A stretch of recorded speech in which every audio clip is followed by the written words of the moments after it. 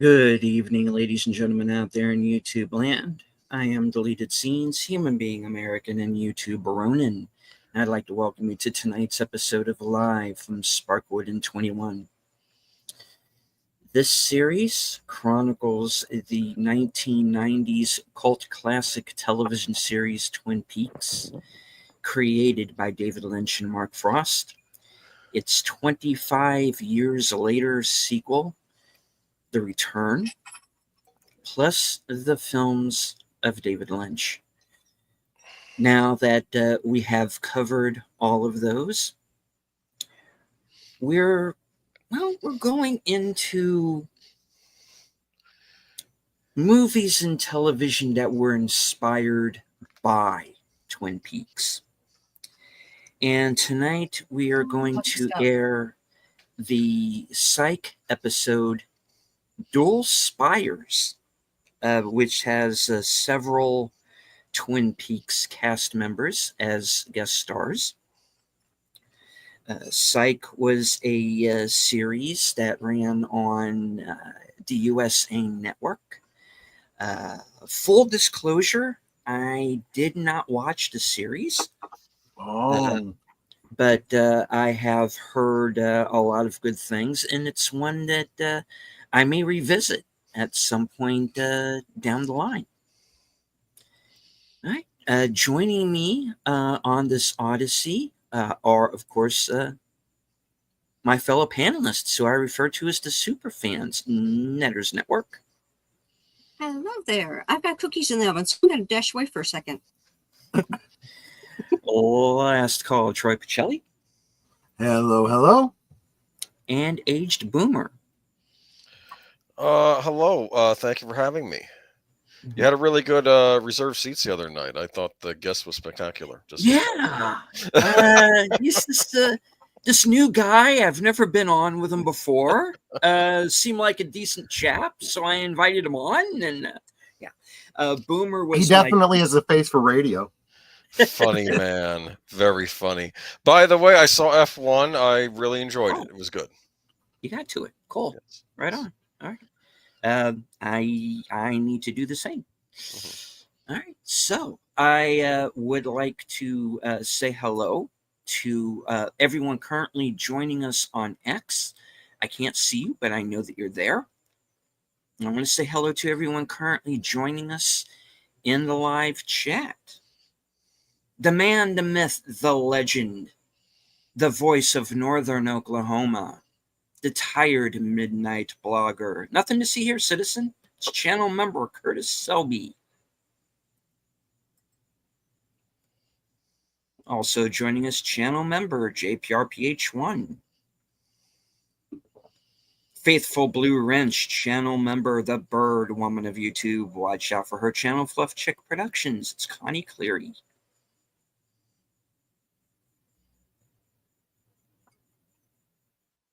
Channel member Geek Flag with Nate Knows with the $2 super chat. Like, share, subscribe, comment, become a member.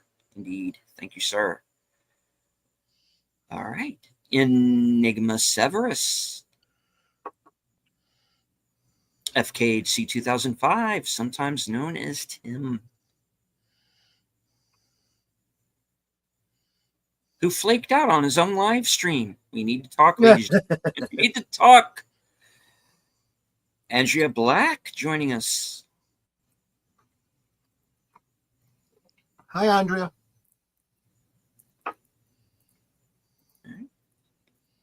A channel member to one of our channels. So, thank you. Let's see. Did I miss anybody? Don't think so. I think that was everybody who's currently with us in the live chat. All right. All right. Psych. This is a series that stars James Roday and Dule Hill. And they are childhood friends. One of them claims to be a psychic, but I believe he's faking. Am I understanding that right? Yes. So okay. I actually had an epiphany last night as I was, or was it earlier today, yesterday? I don't know. These streams all kind of run together for me. They do. But I realized that it is essentially the Sherlock Holmes formula. Okay, got the one incredibly observant, incredibly talented, incredibly insightful individual, his sidekick assistant, and he works for the police department on cases that they just can't quite crack. The what would you call it? The slant on it, or the thing that sets it apart, is that whereas Sherlock Holmes was a very detached, unemotional, purely logical, well, let's face it, heroin addict. This guy, this guy is very immature, kind of womanizing, kind of doesn't take anything too seriously, and sometimes needs to be wrangled, so to speak. You also have the element that the reason he is so skillful is that his father has pushed him to be observant and take note of everything, be aware of everything, because his father's a cop, wants him to be a detective someday, but he screws around and pretends that he's a psychic, and some people kind of call him out for it. Others are just completely amazed, at how did he know that? It's just amazing. Well, of course, he knows her name because she's wearing a name tag, right? He saw the letters sticking out of her thing, so he knows she got a bill from the repo company, things like that. That's the overarching shtick of the show. Obviously, his dad and his partner both know that he's not a psychic, but he lets everyone else believe that he is.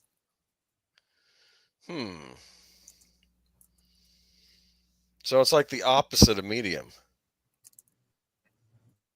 Good point. Yeah, exactly. I never thought about that before. That's true. Because weren't they around the same time? I guess they were kind of, yeah. And she really did have psychic powers, but oftentimes downplayed that ability because she didn't think people would believe her. Plus, there was the horrible episode where she got exposed by the media, and then everything came crashing down around her. That was a finale, Yeah. I think, right? Yeah. Yep. But yeah, so there you go. So this whole idea of the police getting the assistance of a psychic. The other one that doesn't believe him is the actual detective that actually he always ends up making look like a fool. But Lassiter, yeah, he doesn't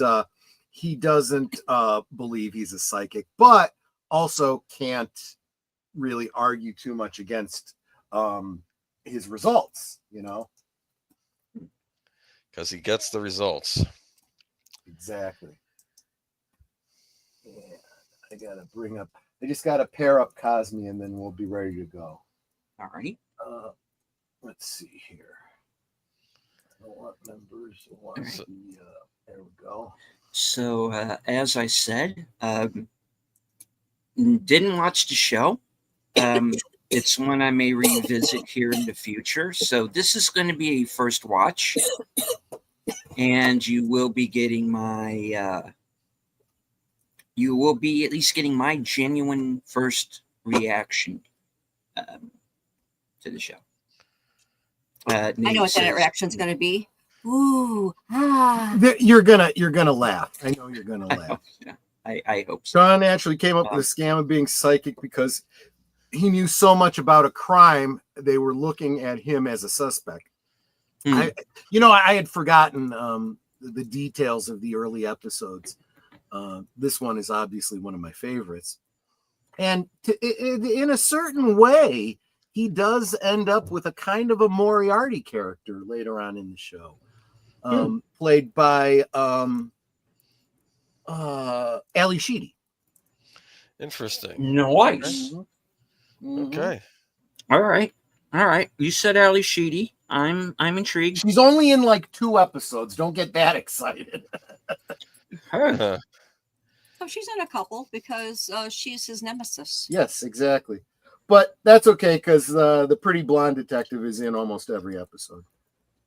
Okay. All right. Right. So if you will all join us over on Cosmic. Cosmic. Mhm. Oh, yes. And there's a hidden pineapple in every single episode. Thank you for reminding me, Nate. Mhm. All right. So what we're going to be watching here, from what I understand, is the extended version that is on the DVD. Yeah. So it's a little over an hour. Okay. Then I also understand there's a behind the scenes There's video that actually you wanted to show as well. So there's actually 2 short behind the scenes videos I think that you'll enjoy. Yeah. okay. All right. So I will count this down.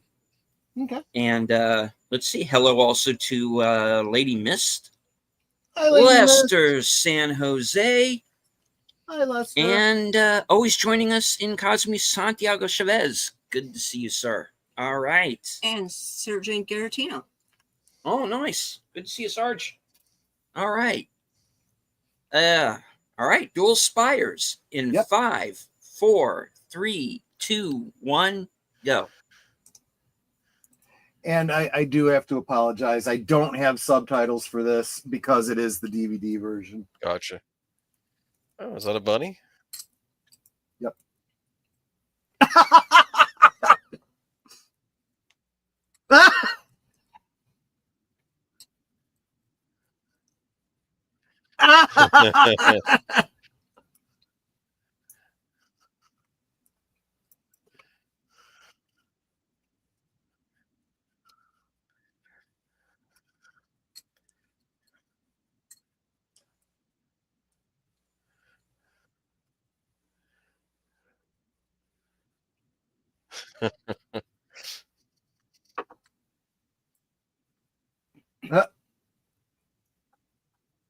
Well, they're not in California. They are, yeah. They're in Santa No. Barbara. Oh, Dual Spires should be is Snoqualmie. This dialogue is so much better than anything on Disney Plus. I know, right? Oh, the dialogue in this show I would put up against Gilmore Girls any day.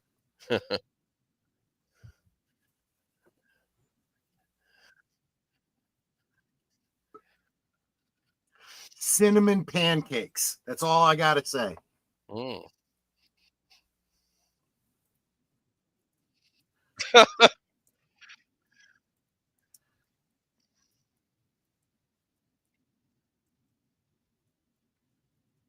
I mean, look at this. Yeah, we're getting some high trees. Uh-huh. And mountains.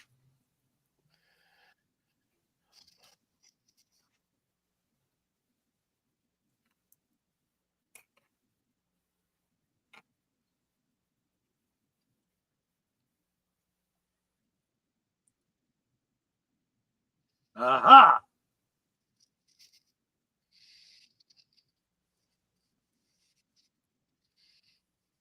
He's like, I don't think I like Fun it. fact, the car that Gus was just driving is nicknamed the Blueberry. Oh, I can see that. That makes sense. They called it that through the whole series, dear. did you notice one of them was on a Windows laptop and the other on a Apple? Oh, I noticed did that. not catch that. Did not catch that. That's The good. lead was on the Apple, but the other guy was on the Windows.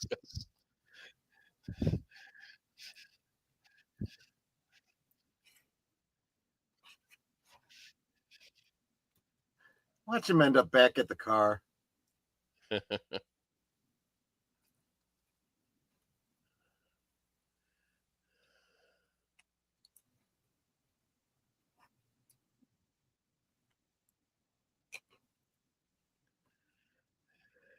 I love it. I love it.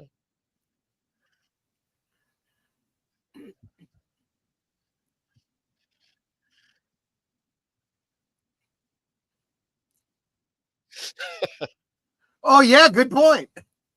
Oh yeah, if you look around, Nobody else is black. Are you Frederick Douglass? That's so bad. I read about you in my history class. I feel like someone coming up to me and saying, "Are you Abraham Lincoln?" Yes. No, they would call you Santa.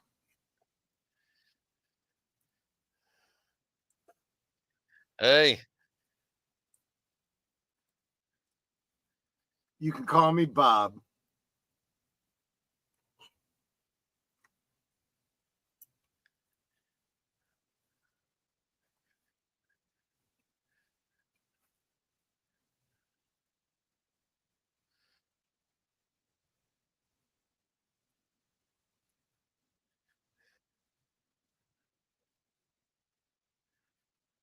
Oh God, that sounds good.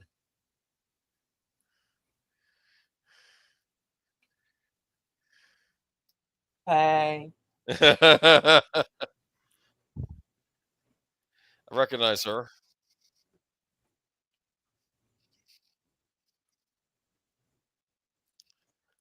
Lenny.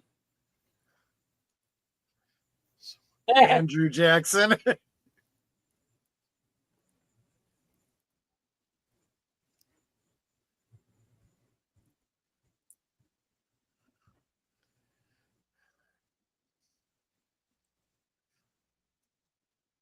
And that he got out of his house. Yeah, exactly.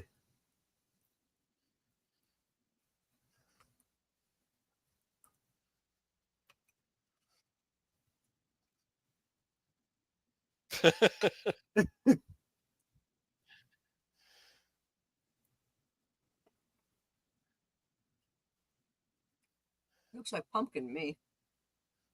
Hey, okay. Hey, what was that?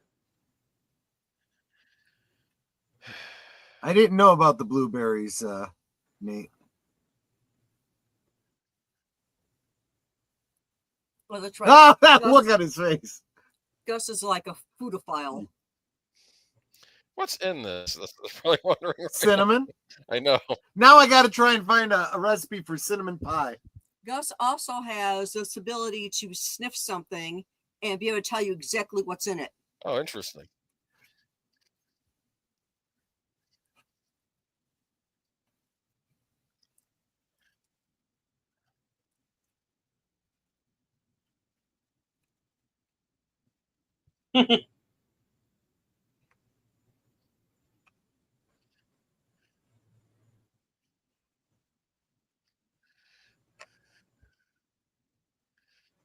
Welcome to Cinnamon Real owl. Raid Nation Gaming Clips.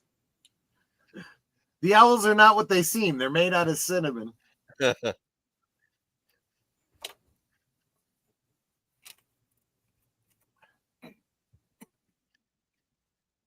Is the Cinnamon King going to end up murdered? That's all I'm asking. I'm not telling. I'm not telling.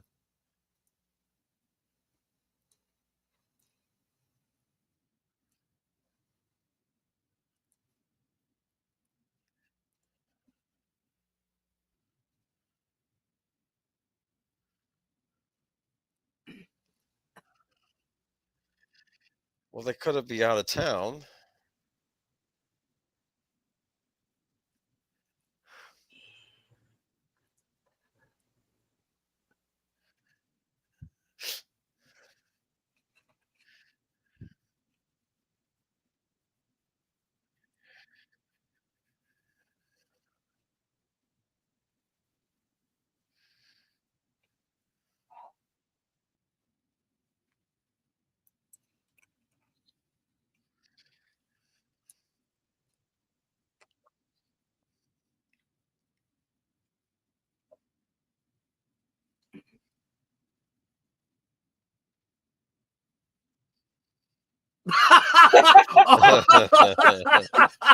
He never gives him the right. No.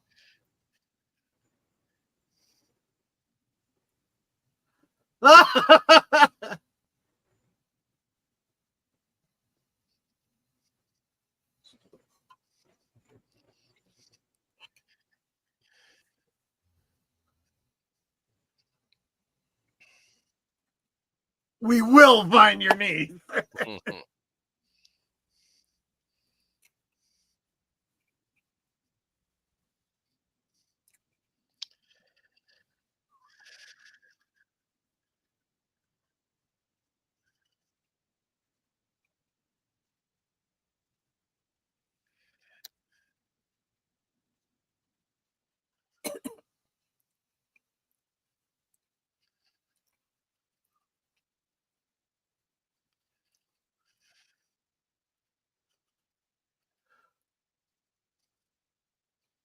Is that a crown made out of cinnamon? I I'm thinking. could be wrapped in plastic, right? Oh, It's Laura Palmer.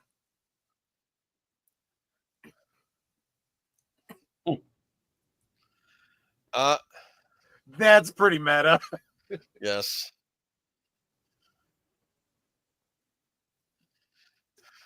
Harold, whatever will we do? Okay.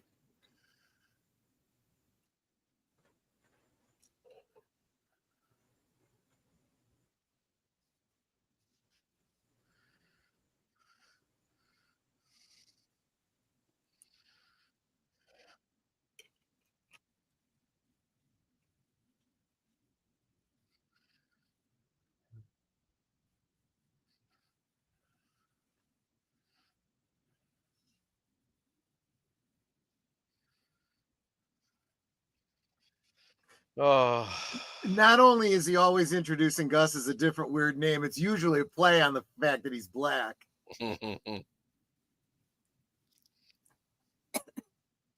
Very much channeling the Leland Palmer role here. Yeah. And then, of course, Andy crying. we have the sad He's supposed to be music. taking the pictures, right?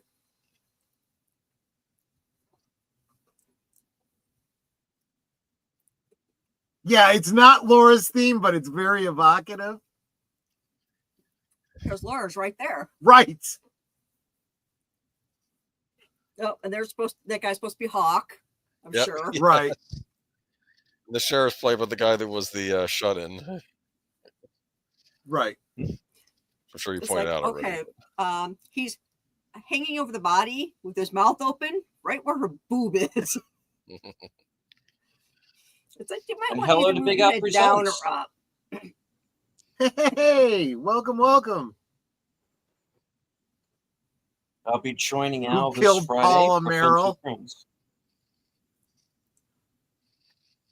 Paula Merrill, which is almost an amateur. There, see? That ain't no You had Flappy. your Flappy appearance, yes. No, that's not Flappy. That is so not Flappy. That was the bird that always stole jobs, I think, from Flappy. This is the theme song from the show, sung in that style.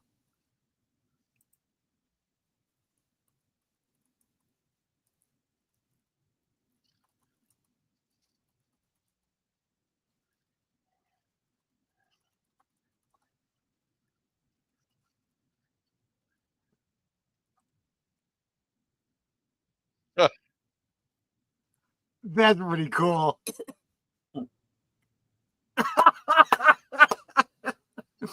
The old bridge. Yeah. It's going to blow up in a second. The horse. Now, the horse's name is Troy. Right, of course.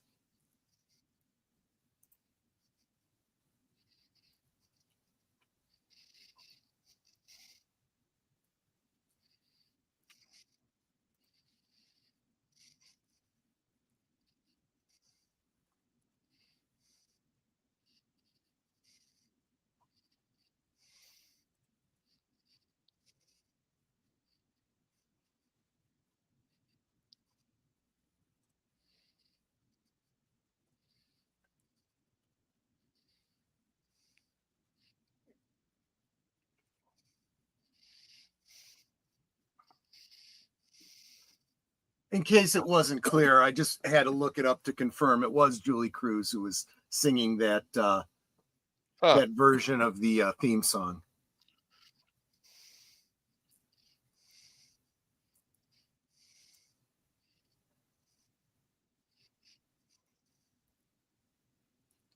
Interpreted by Julie Cruz. Mm-hmm.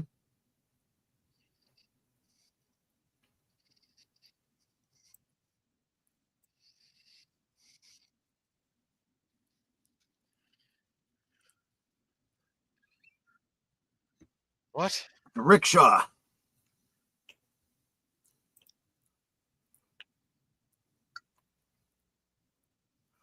Oh, dude, there's a ton of people in here that are guest starring that were in Twin Peaks. And the people that aren't being played by people from Twin Peaks are pastiching them, like the bloke that was clearly supposed to be an homage to Hawk. Yeah. Okay, what gets me is they left a dead body on the beach unprotected.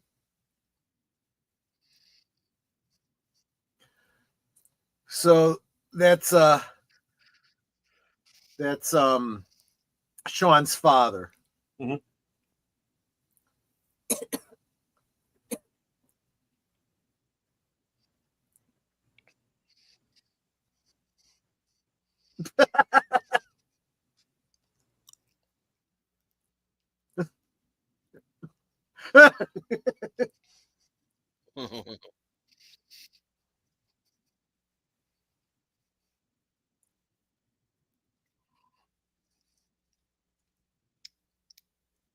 Take a step back. Literally, you could only stand in that one spot.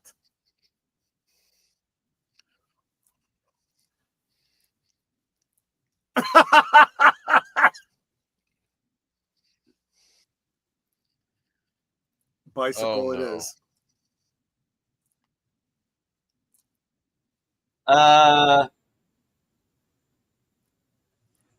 You can be Miss Daisy. I don't want to be Miss Daisy. Director of Fantastic Four, Matt Shackman.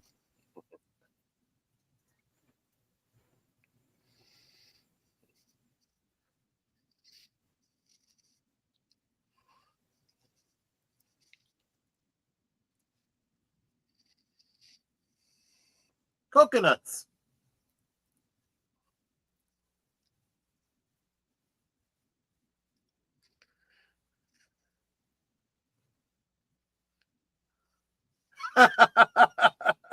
Bird.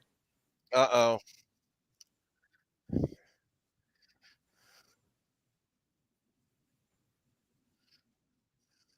Does she see animals and peoples? Yeah, she does everything in the It's a town. small town.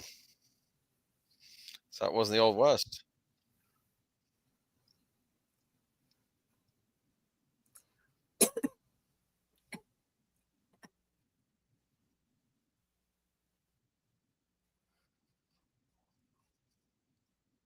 She would have seen him at the crime scene. Right.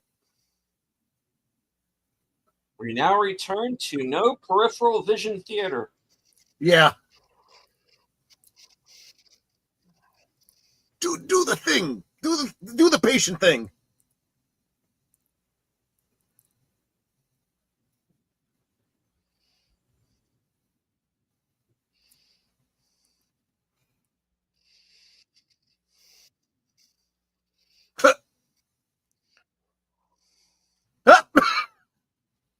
Ah!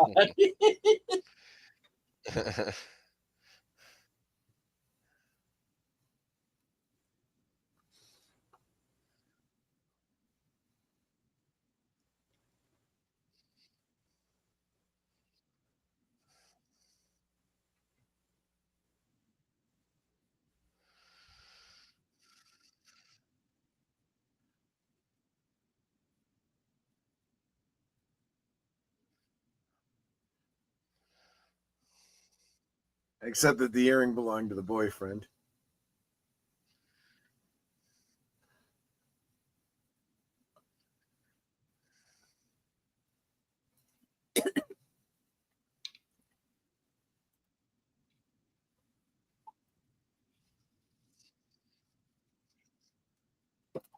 Mm.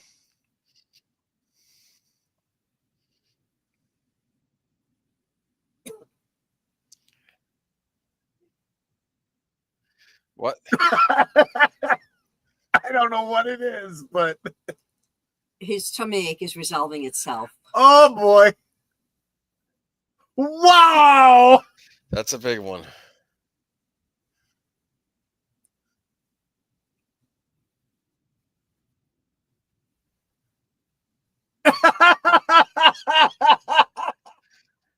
Was she gonna try to get a blockage with that? Never mind.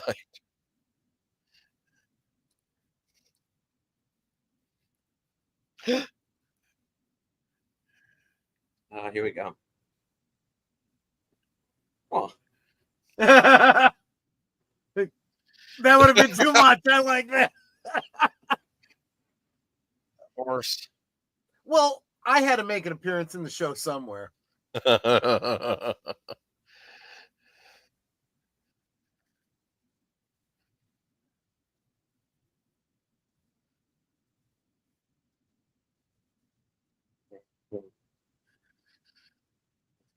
Good luck, guys.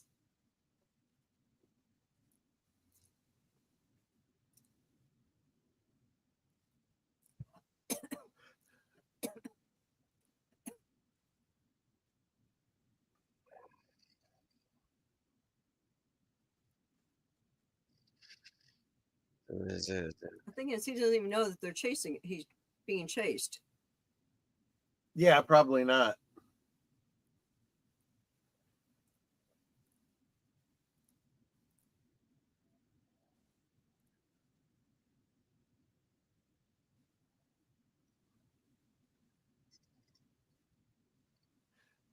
They're really trying to keep up.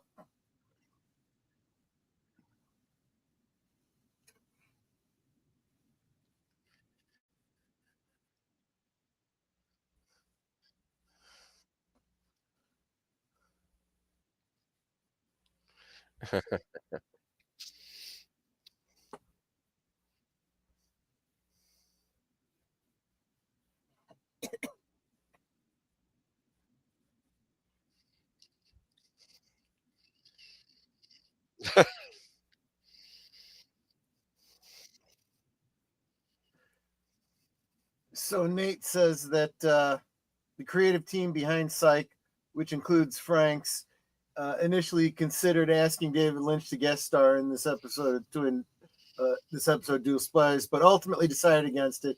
Interestingly, Lynch's daughter Jennifer, who has directed episodes of Psych, apparently once implied to Psych star James Rodriguez that her father had seen the episode and was pleased with it. That's nice.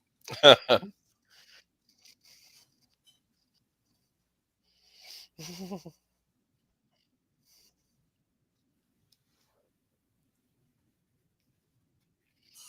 at that. I just noticed that the sheriff's badge is the same style of badge that they used in Twin Peaks, but that's because it's specifically a prop generic type badge. Mm.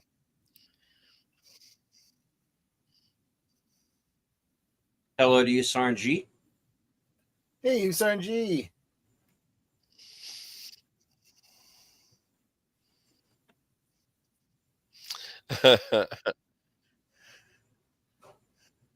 That's fair. So Have you seen The Librarian? Sorry, spoiler. Oh, really?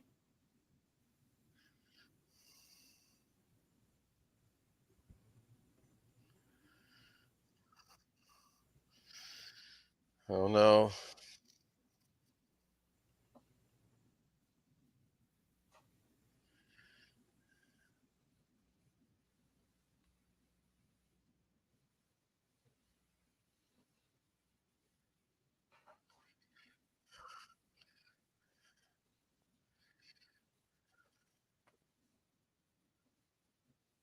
So Jesus. the earrings are No. basically the heart pendant.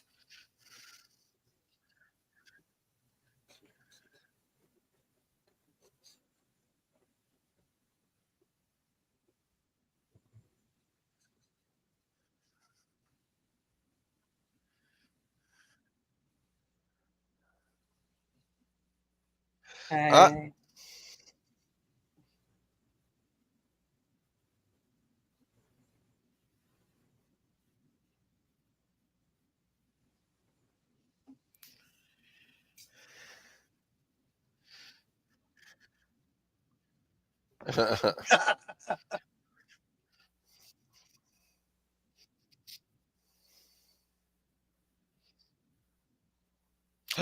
Yup. Cherry Coke. Cherry what? Everything.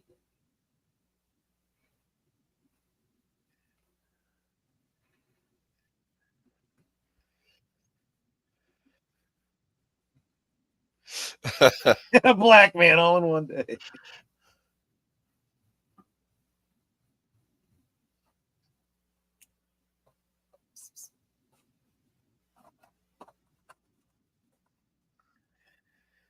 Thank you.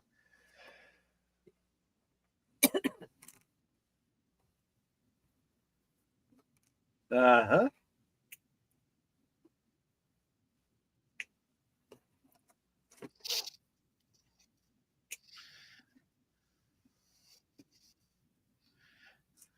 I'm sure. In a Corey Chase kind of way? I don't know that name.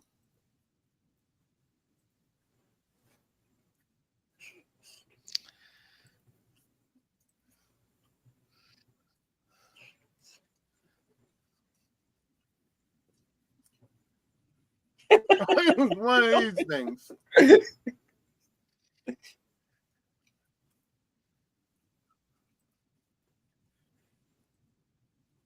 Aged Boomer's head is about to explode. Yes.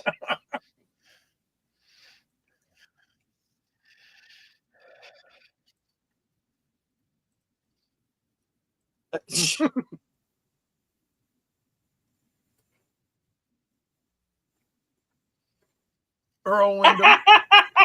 That's funny.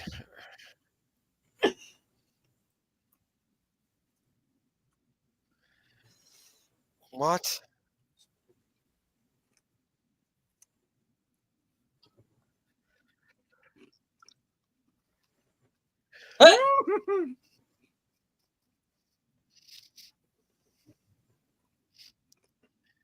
That's a little intense.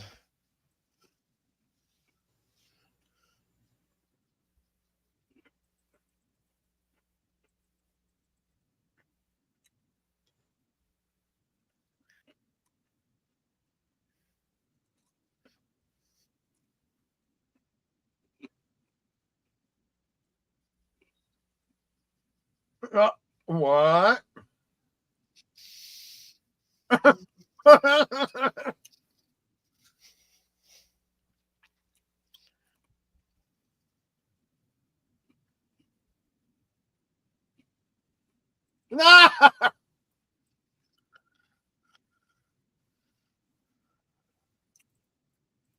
Seen you at a drool couple.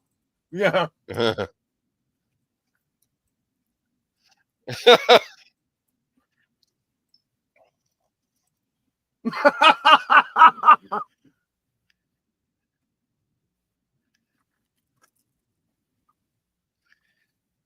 Not as bad as them.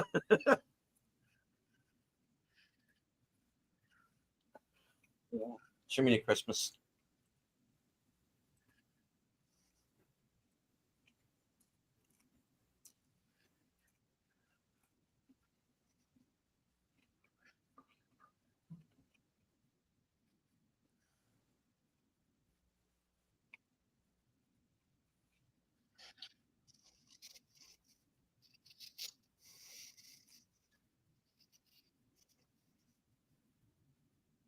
Ew.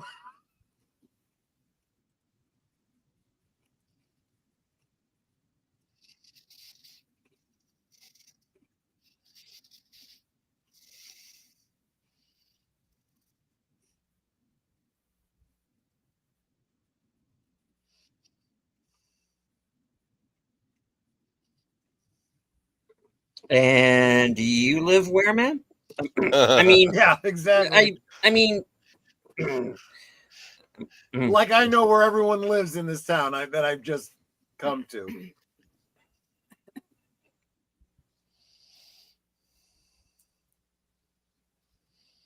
it fell off the wall. Right.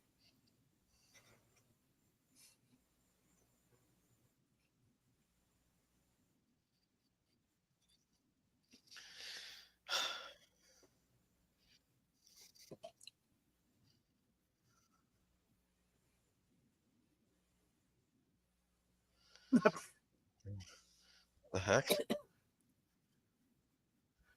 Did you like that? Yeah, exactly. Exactly. So obviously they're going for the Leland and Sarah kind of vibe here.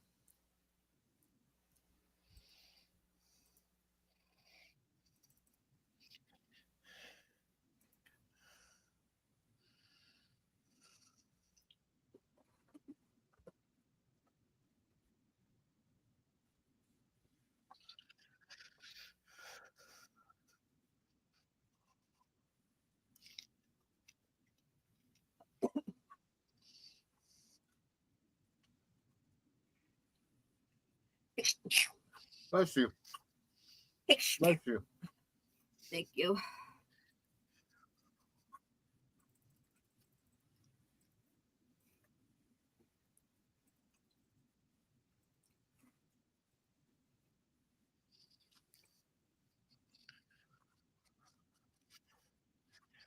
Ooh. Yeah, you just went into Gone Baby Gone territory. Mm-hmm.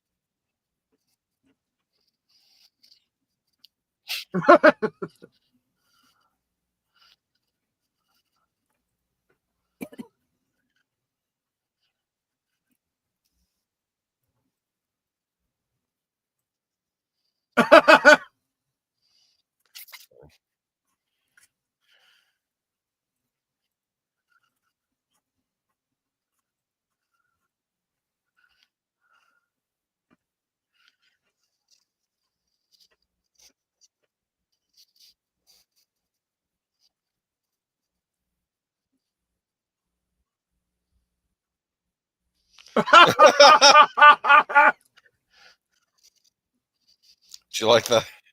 Mm-hmm.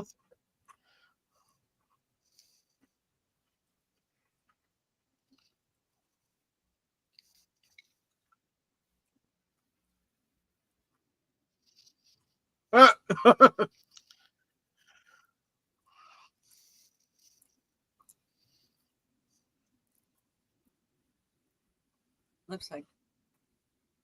Yeah.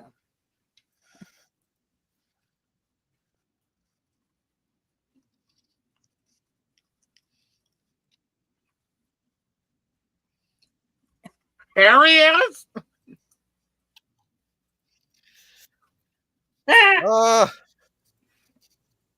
He has a recurring role in the show anyway.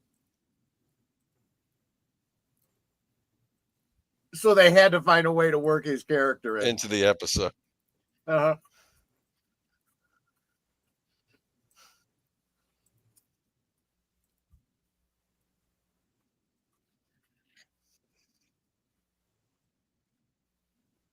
The letter Of J. course.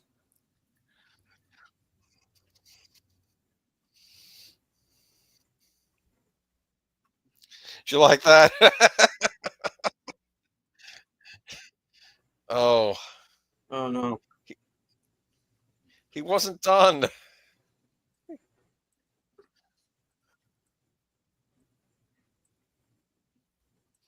Well, she was Nancy Drew once. She was? Yep. She was what? Apparently she played Nancy Drew at some point. Huh. Yeah, the only Nancy Drew I knew was the one that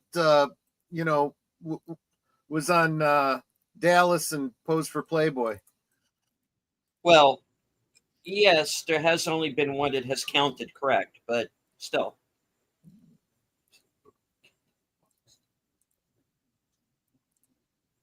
Oh, don't make me come over there. Wow.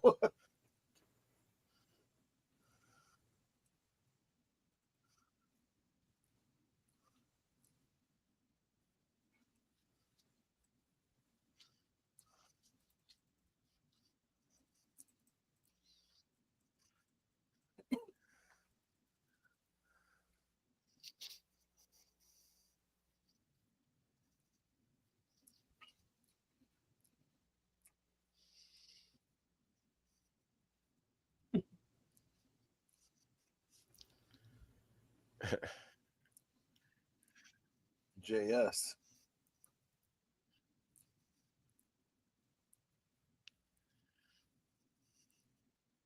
Jack Smith. That's our boy.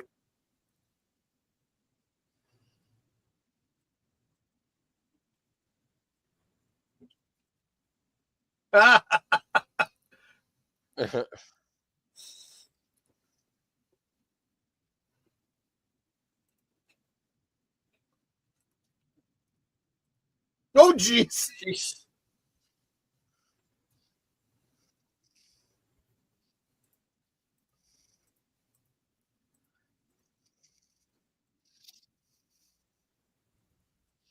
This guy looks squirrely. Yep.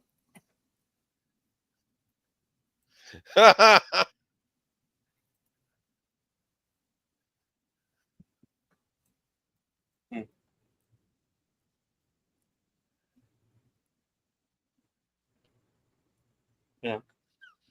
I did say once.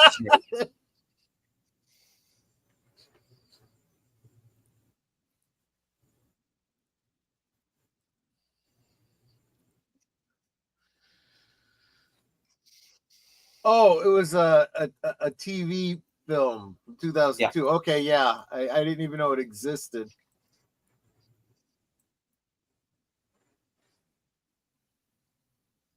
Oh.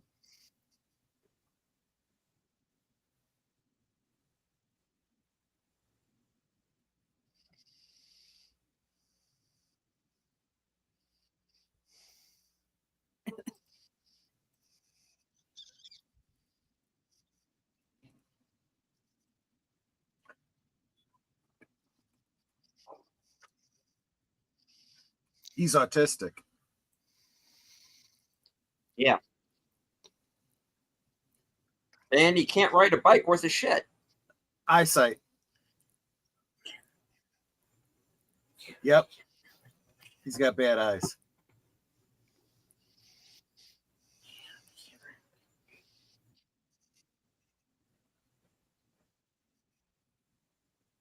Wow.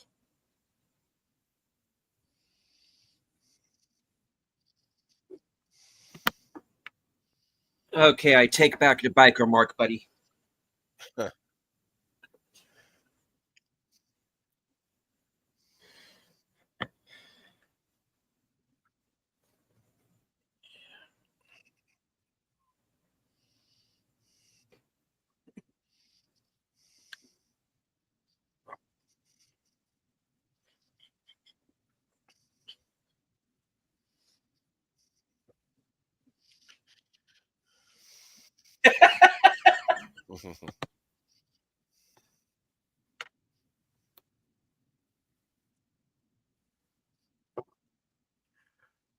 Curtis, it might be because you misspelled Sherilyn's last name. Yeah. If you type in Sherilyn Finn, it's probably giving you fish face.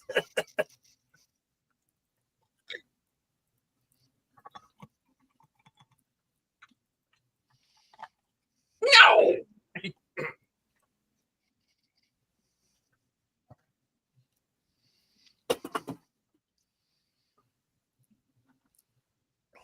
Why?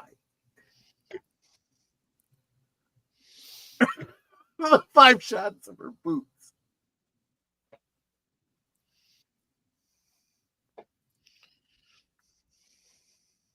Uh-oh.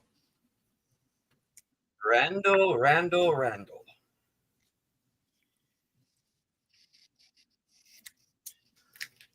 course, I should have told you that there's a cliffhanger ending that doesn't get resolved for 30 years. Oh, dang it.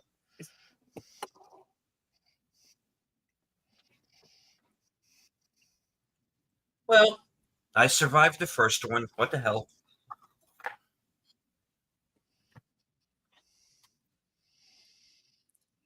As totally not young Andrew Stevens.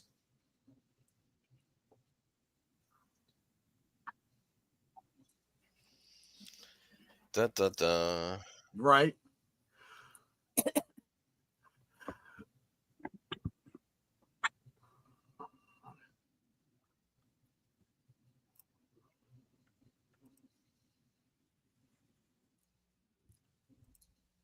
Yes, nothing turns a woman on more than woodworking. Well, I mean, when you're showing off Okay, your wood, phrasing. Sorry. Sorry. Oh boy.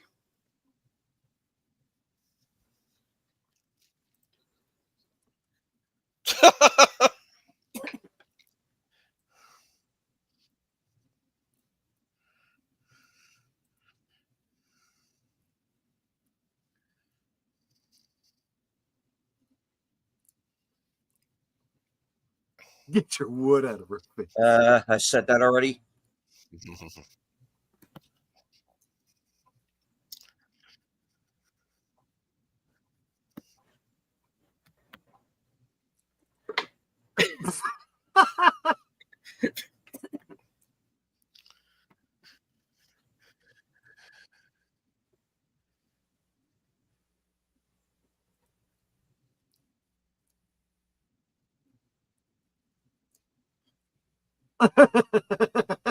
What?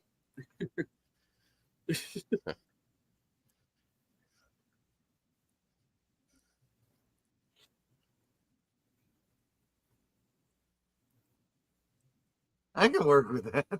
Yeah, I Treat like Williams. Amberwood. Okay. Yeah, me too.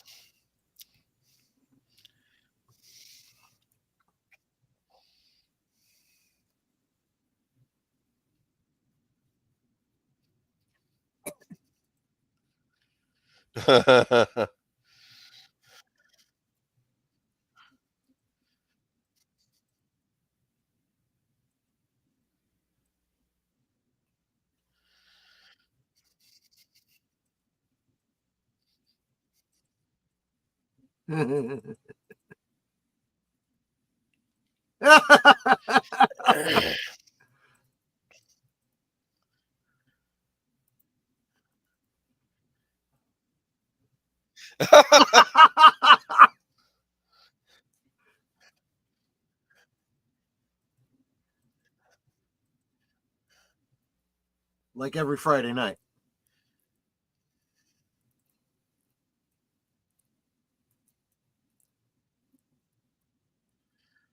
Uh-oh. Did they? Why didn't you just buy a whole damn pie? Because you're never intending to eat the whole pie. You're I just know, gonna have a right? slice.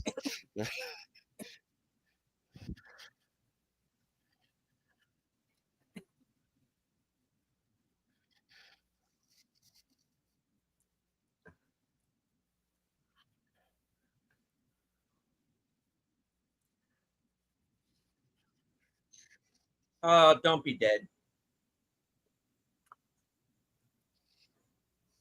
Damn it.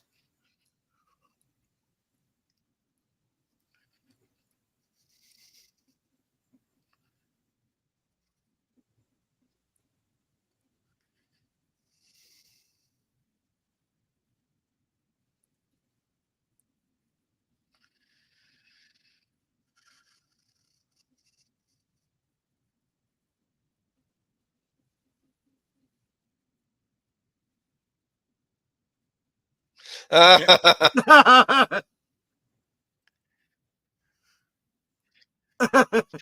funny.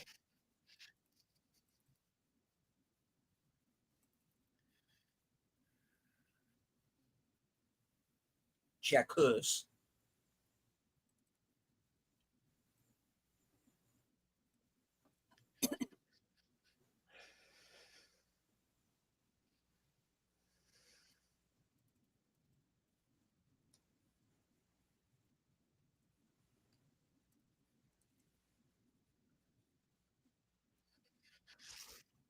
All white people.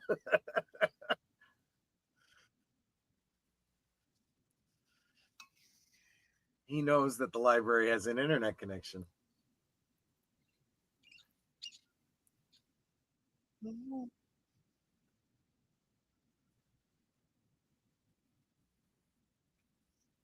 Oh, no internet, huh?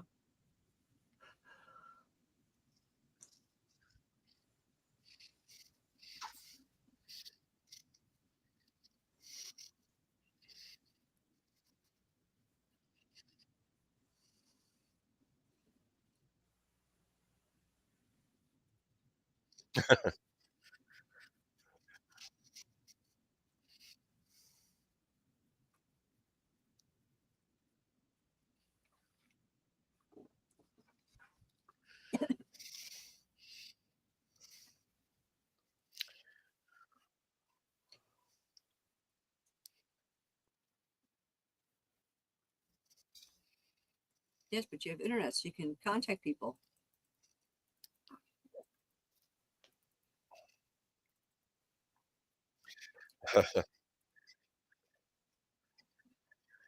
Yeah, that's not Funny. good. That's badness. Locked in tiny room.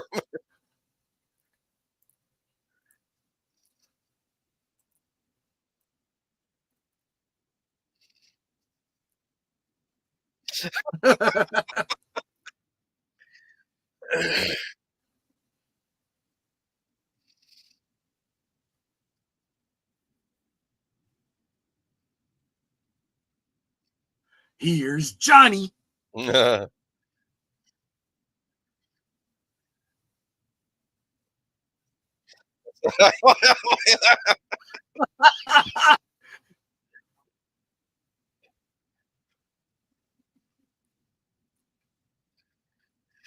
You know who it is, right? Oh, that's funny.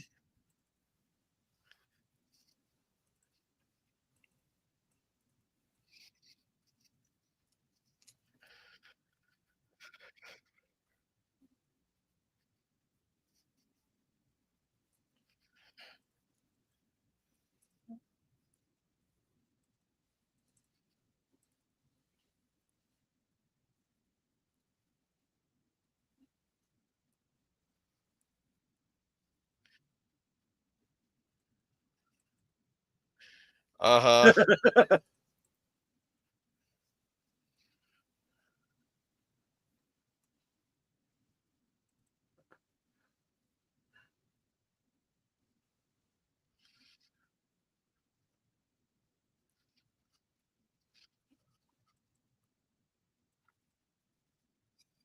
You probably shouldn't. Oh. I mean, it's as honest as you can get, right?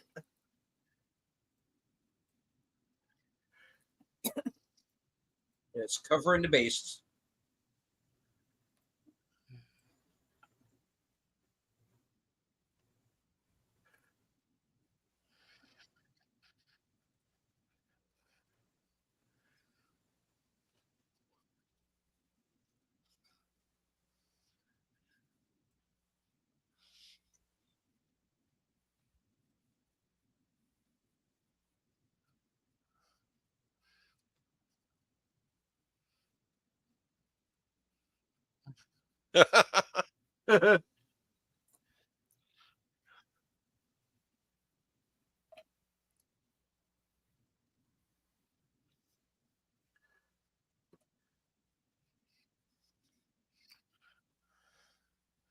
It's the village.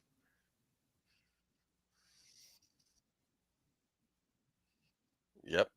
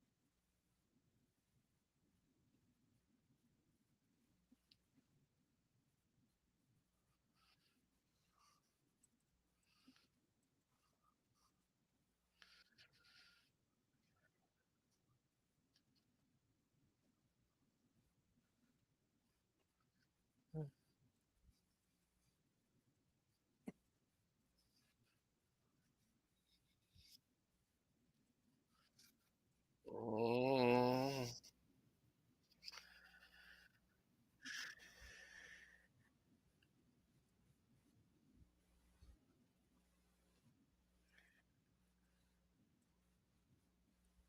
They're great, Chuckle. Channeling a little Jack Nicholson there.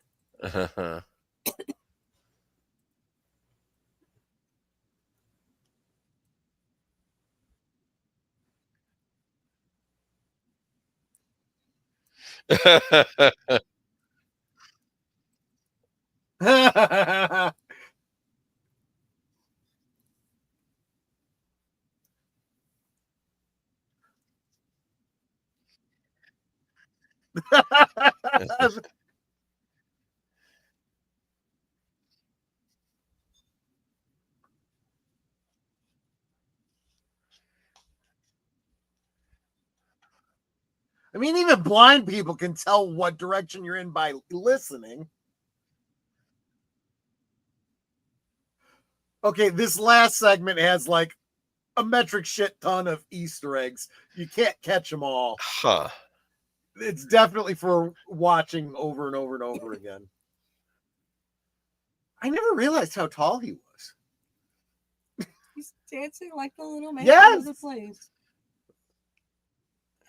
I wonder how long he had to practice that. Remember, he lost all vision in one eye, so now he's wearing an eye patch. Uh-huh.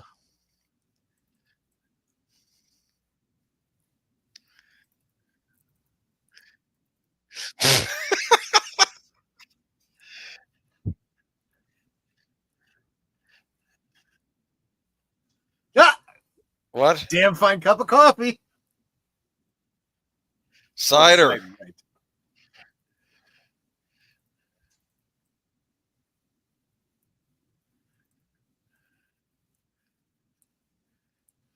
There's your lumberjack. Get hit in his head.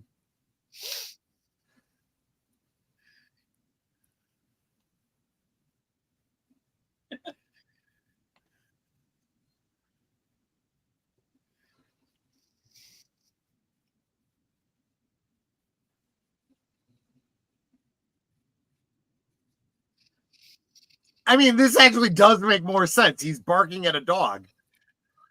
Yeah. Yeah. Time to go.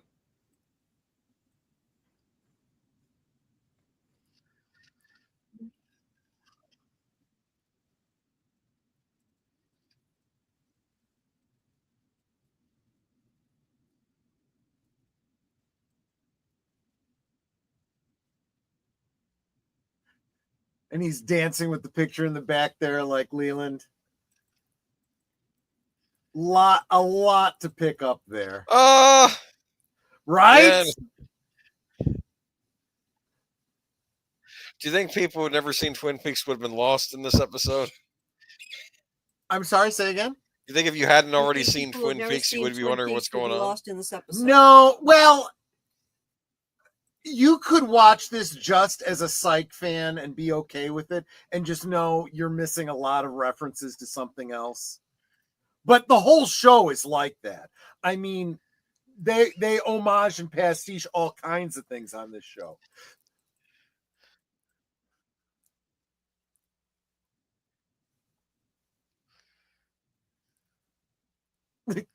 Oh.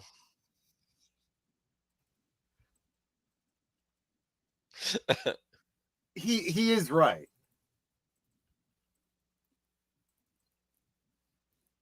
Why is he wearing that hat?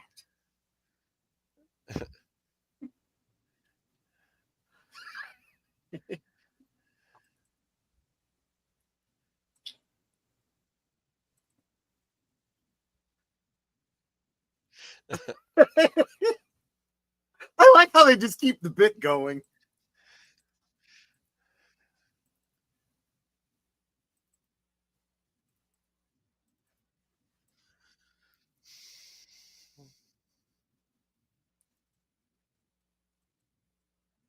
That's right.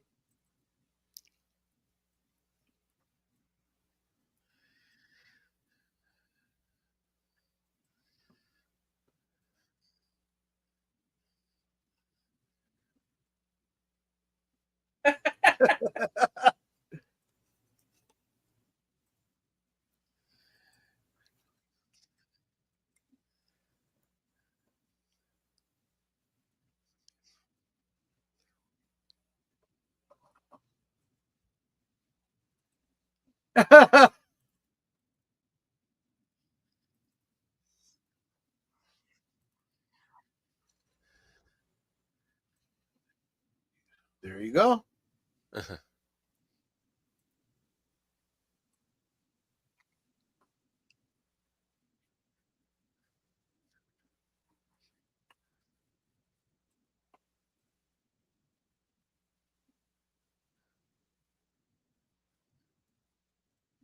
Nice, Curtis.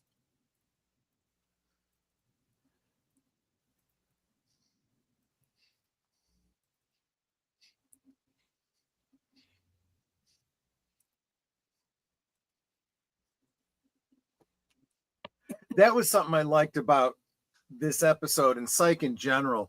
How instead of explaining to you how he knows stuff, just shows you flashes of what he's remembering.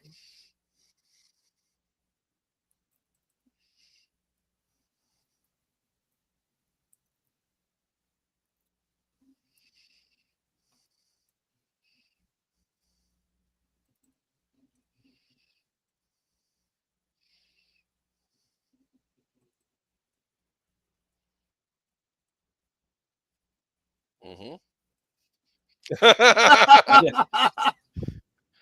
Right?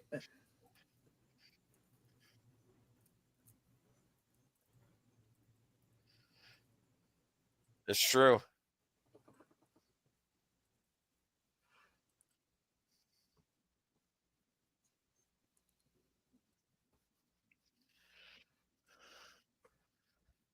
The episode where Sean Spencer is imagining what would have happened if Juliet hadn't discovered that he wasn't really psychic was an homage to the 1998 romantic movie Sliding Doors. Yep. Well, there's a movie that we need to watch. Want to get to the yeses?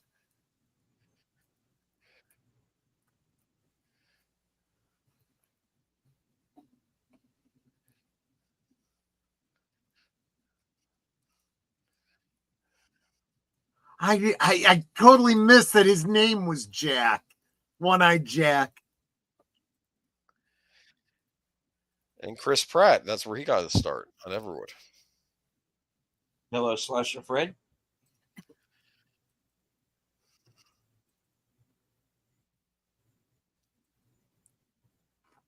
Yeah. Yeah, I think you're right, Slasher Fred.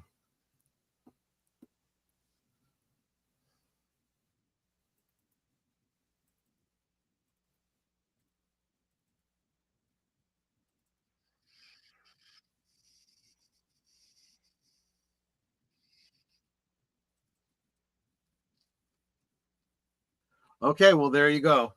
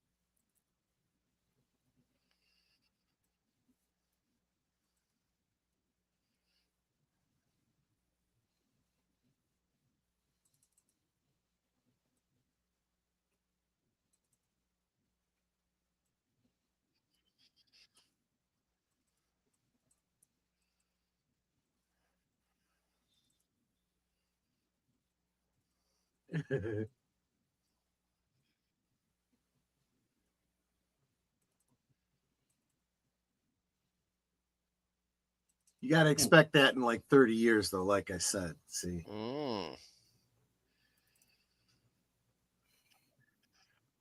Hi.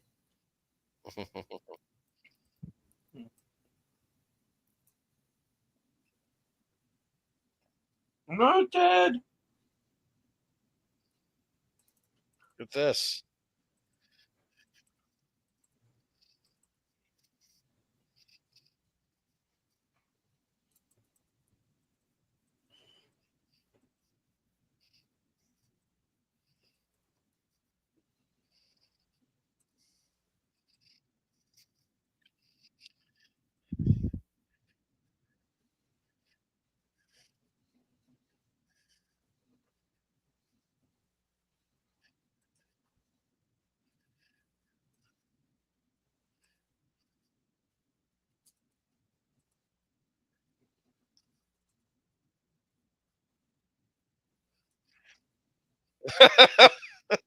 Right.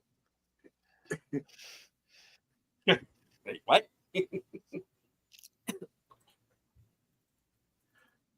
I get the impression they were 4 years in the making on this. You think maybe 4 years? 4, maybe.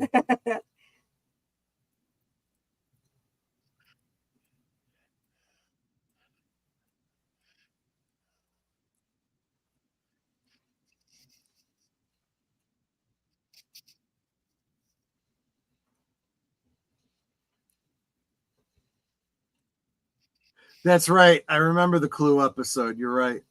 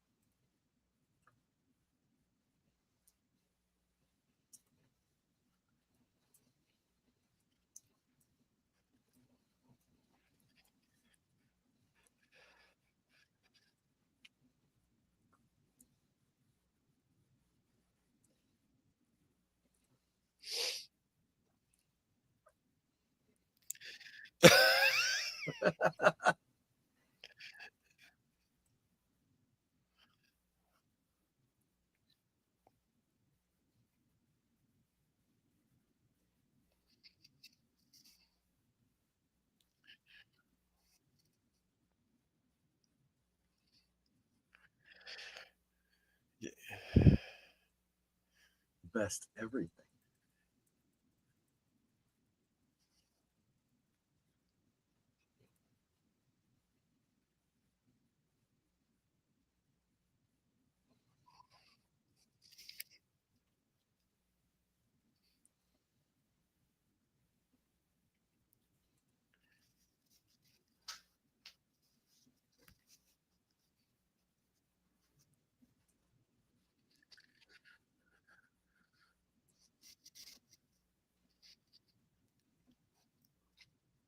It just hit me, Donna.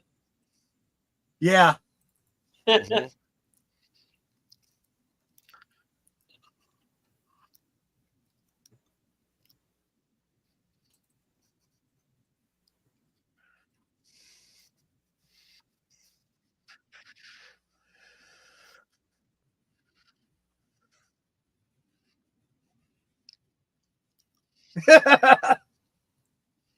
He played the devil. Yes, I remember that show.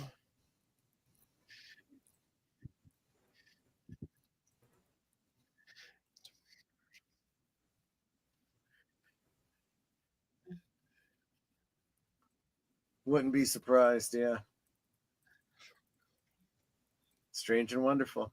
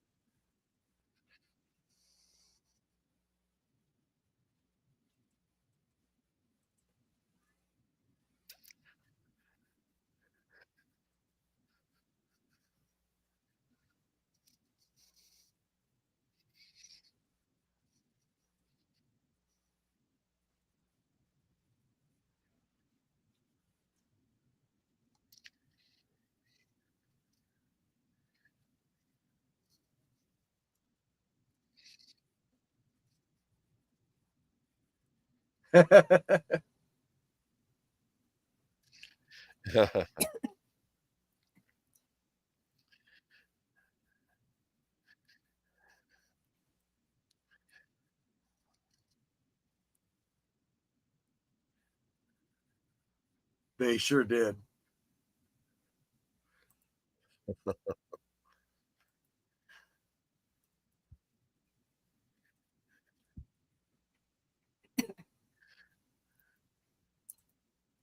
Of course. Of course. She is very sweet. Yep. Yep. See? See? Very cool.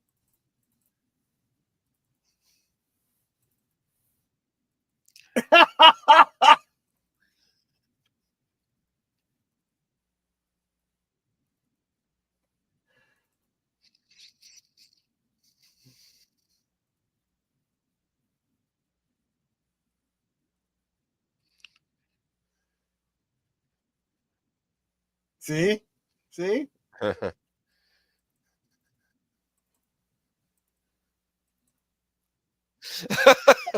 No.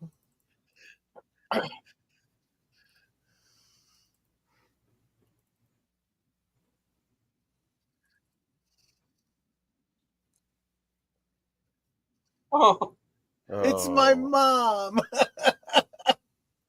Oh, her mom called her? Yeah.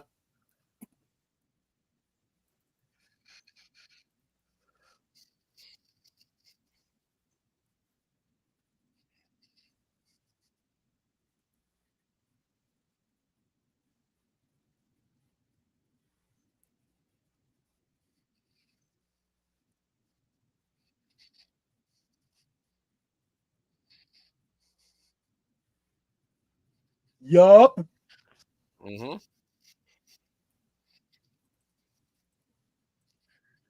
and remember, this was before the return. Yes, it was.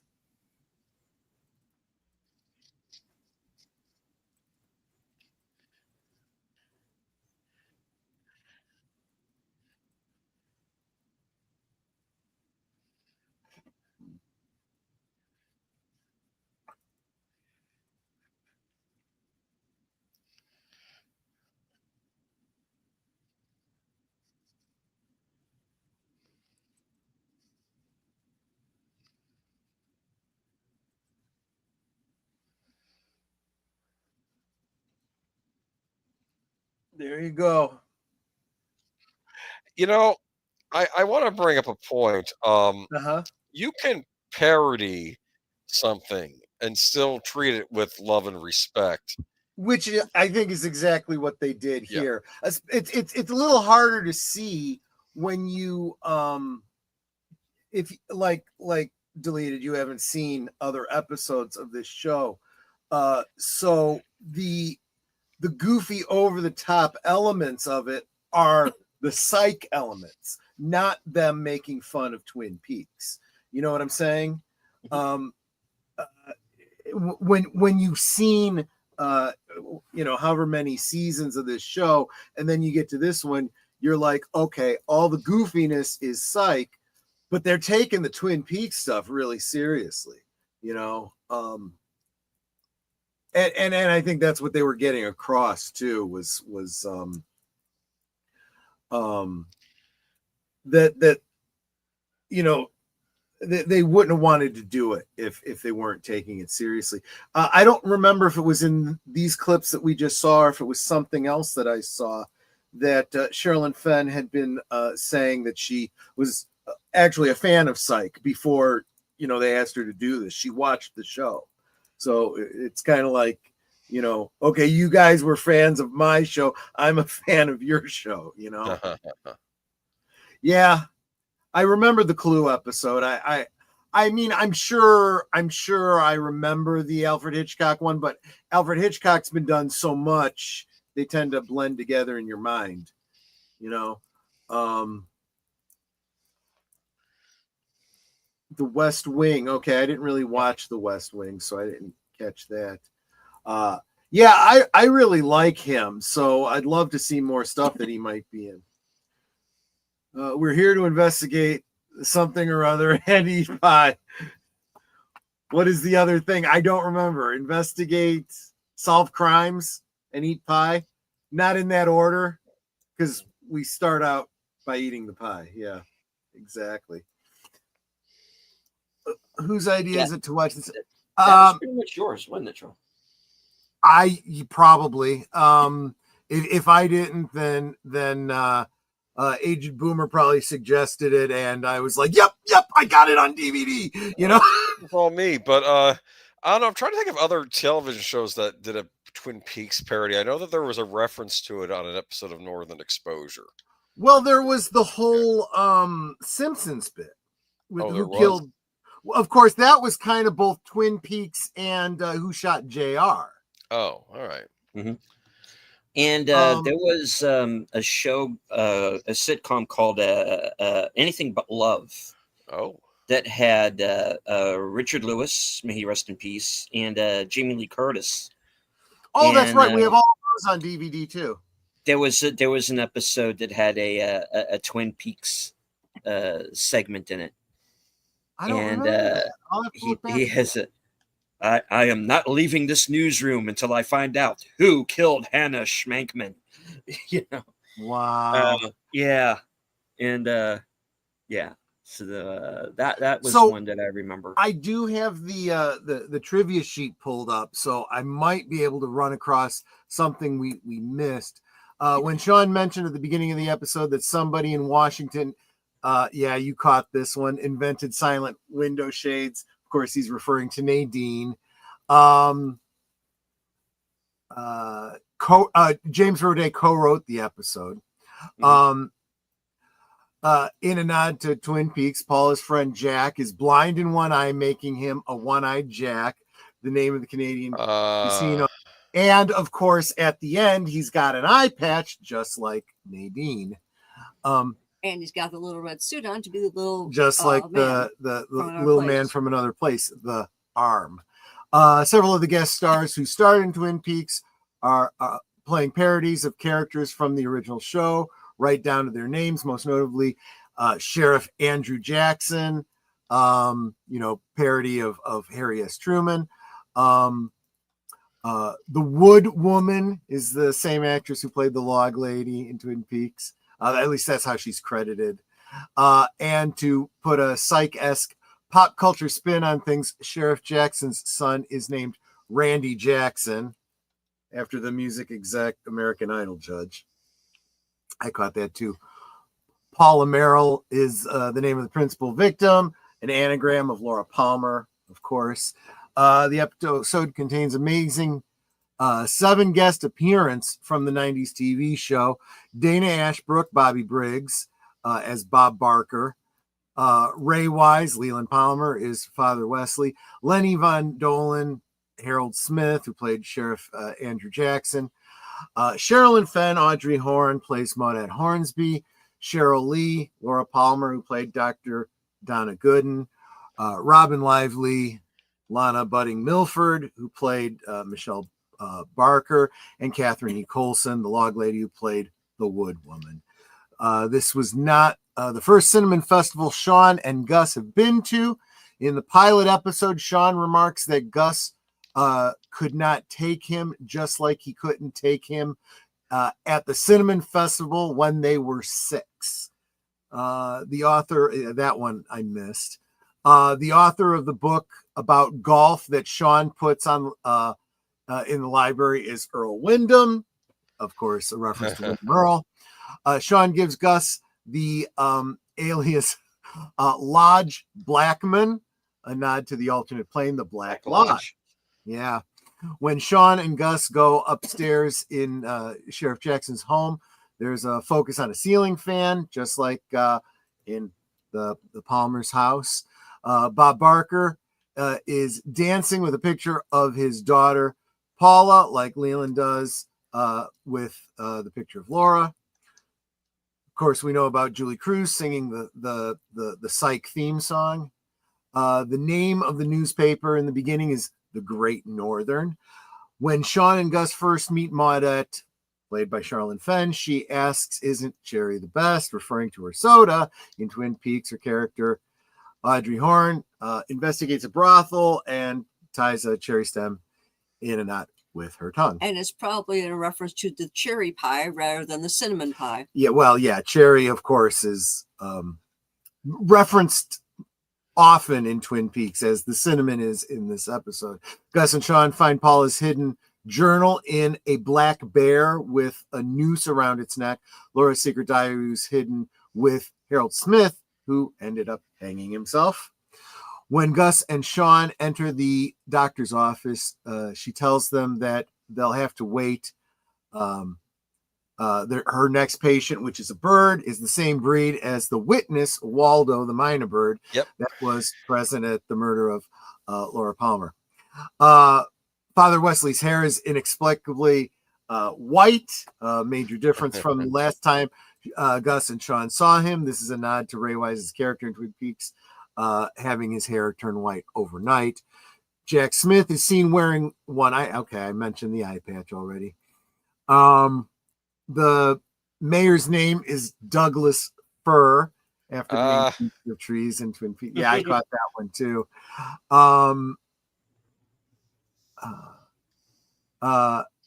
David Lynch was considered for that particular role, but James Roday was worried what David Lynch would think of the script. After a commercial break, the camera zoomed in on wood being cut with a saw, like the opening credits of Twin Peaks.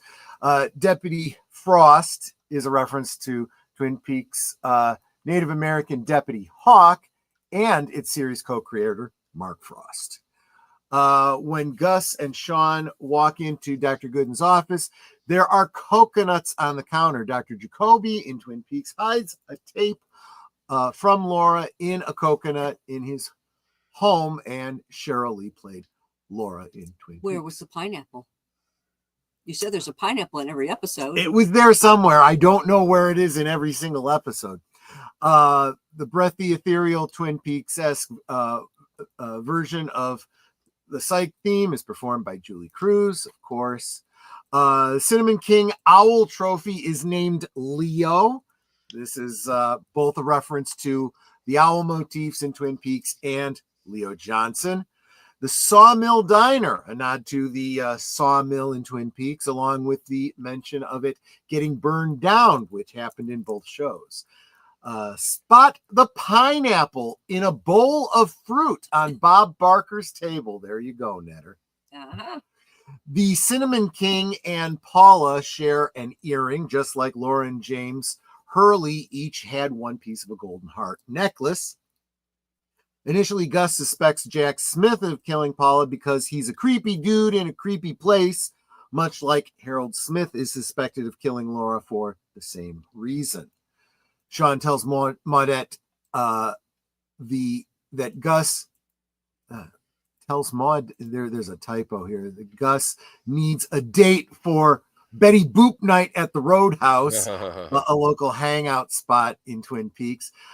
Michelle dances around the diner much like Audrey does on different occasions.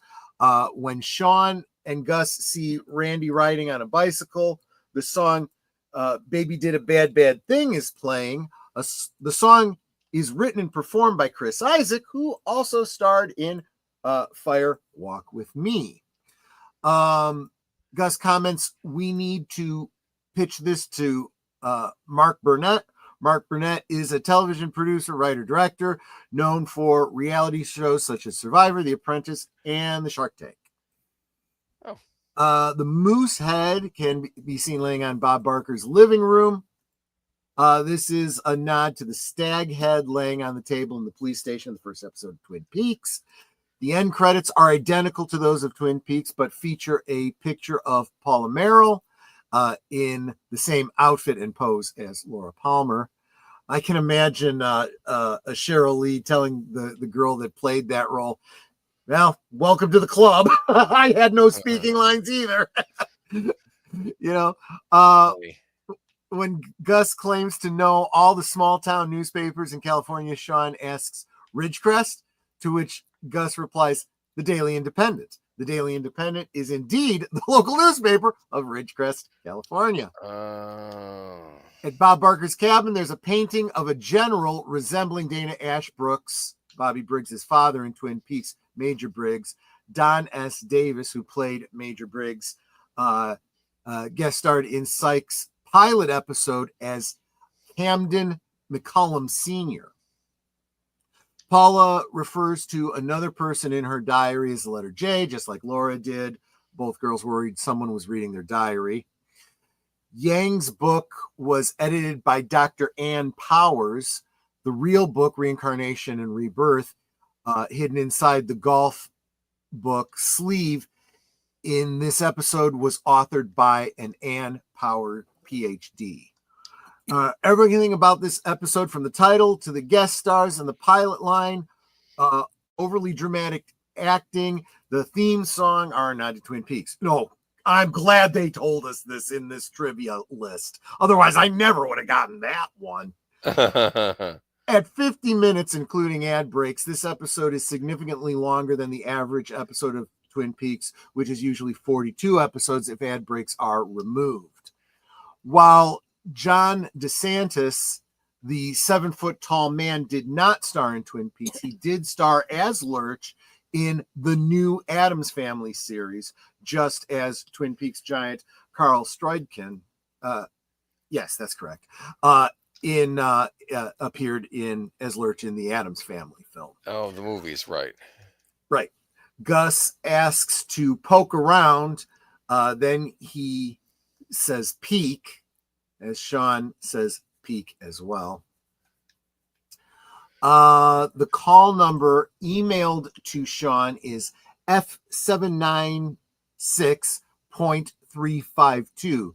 The Dewey Decimal System of classification does not contain letters in front of the number in a call number. Library of Congress system of classification does use letters. F796 is New Mexico. However, in the library, where using Dewey Decimal System, as Gus suggests, the books about golf would be found with the call number 796.352. Most public libraries do use DDC, so the Dual Spires library should use Dewey, but no library uses both. When Sean and Gus enter the doctor's office, Sean says, "Hello, Doc Gooden." Dr. Dwight Gooden was a pitcher for the New York Mets and Yankees, among others, from 84 to 2000. Cheryl Lee is another connection between Psych and One Tree Hill, as she played the birth mother of Haley Burton's character. This is the second consecutive episode in which a man guesses Juliet's weight. When Sean and Gus emerge from the library that was set on fire, Sean says, "We were about to be Wicker Men." This is a reference to the 1973 movie starring Christopher Lee. Edward Woodward and Christopher Lee, and Britt Eklund, as I recall, where the protagonist, Woodward, was burned alive in a giant humanoid wicker structure. All I really remember is Britt Eklund, to be honest with you. For the second consecutive episode, a character tries to guess Julie's. Okay, we already said that one. When Sean and Gus go to talk to Randy Jackson, he begins throwing darts at the dartboard. Immediately after telling them he barely knew Paula, his first throw goes far off its mark and misses the board entirely. Once he admits to them he and Paula were friends, his second throw lands on the board but far from the bullseye. Then once he admits that he loved Paula, he throws a bullseye. Each of his throws represents how closer to the truth he just answered, with the first being an outright lie and not landing on the board at all. So there you go. What it doesn't say, and it really should, is that that probably also is a reference to Agent Cooper throwing the stones, at the jars, trying to figure out who the murderer was. So, and honestly, I'm telling you, that last scene in the diner, there's a whole lot more references that people haven't picked up yet. You gotta be looking for them. Well, some of them were pretty obvious. Like there's the girl in the background doing the weird dance, which was like the kid in the high school, doing the dance and whatnot. There's probably some others that I've missed, but there's a lot there. So there you go. I think that one of the best ways to understand the cultural impact a show like Twin Peaks can have is by looking at parodies and pastiches of them. I think I'd mentioned previously too that in a very similar way to some of the references in the show Psych. No, not Psych. This is Psych. In the show, what was that one with the parallel worlds? Sliders. No, not Sliders. It was just the two worlds. Fringe. Worlds. Fringe, that's what it was. I had Psych in my head. I couldn't get past it. In Fringe, of course, the crazy doctor in there has red green 3D glasses Walter that he had Bishop. gotten. Walter Bishop, and he had gotten them from a friend of his, a psychiatrist in Washington State. Of course, a reference to Dr. Jacoby. So trying to make the implication that it might be in the same narrative world. And I'm good with that, because there was a lot of those J.J. Abrams projects that clearly were influenced by Twin Peaks. I still argue that Lost was also one that was very much influenced by Twin Peaks as well. If nothing else, the whole ongoing mystery concept. In fact, given that analogy, I am going to say this is the closest thing I will ever come to a defense of J.J. Abrams and his stupid ass mystery box concept. If he was trying to emulate David Lynch in the idea of never letting you know what the solution to the mystery is, then I could get behind him and his whole mystery box concept. My problem is he misses a key point of David Lynch's idea behind mystery. He doesn't intend for you to ever get the answer or have it confirmed for you, but he knows what the answer to the mystery is. I don't think that J.J. Abrams ever did. He makes crap up as he goes along. That's up for His another mystery box is like a MacGuffin. I always figure he's going to leave the mystery box for another writer to figure out, right? It was always... That's what he did with Star Wars. you So yes, I'm giving you a concrete example of it. So yes, he gave those mystery boxes to Ryan Johnson, who opened them up, turned around, popped a squat over them, then wrapped them up and handed them back to us. It wasn't a big mystery what was in that box anymore. Oh, jeez. But anyway.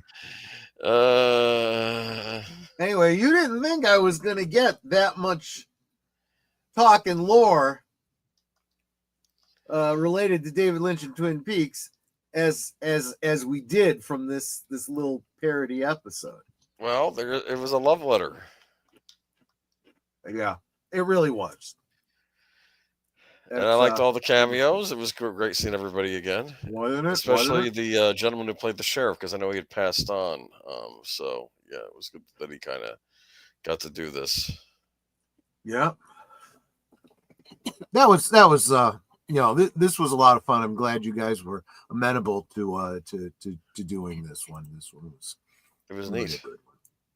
And yeah. And Robin Lively's career is still doing okay, right? Her sister might not be, but she's doing okay.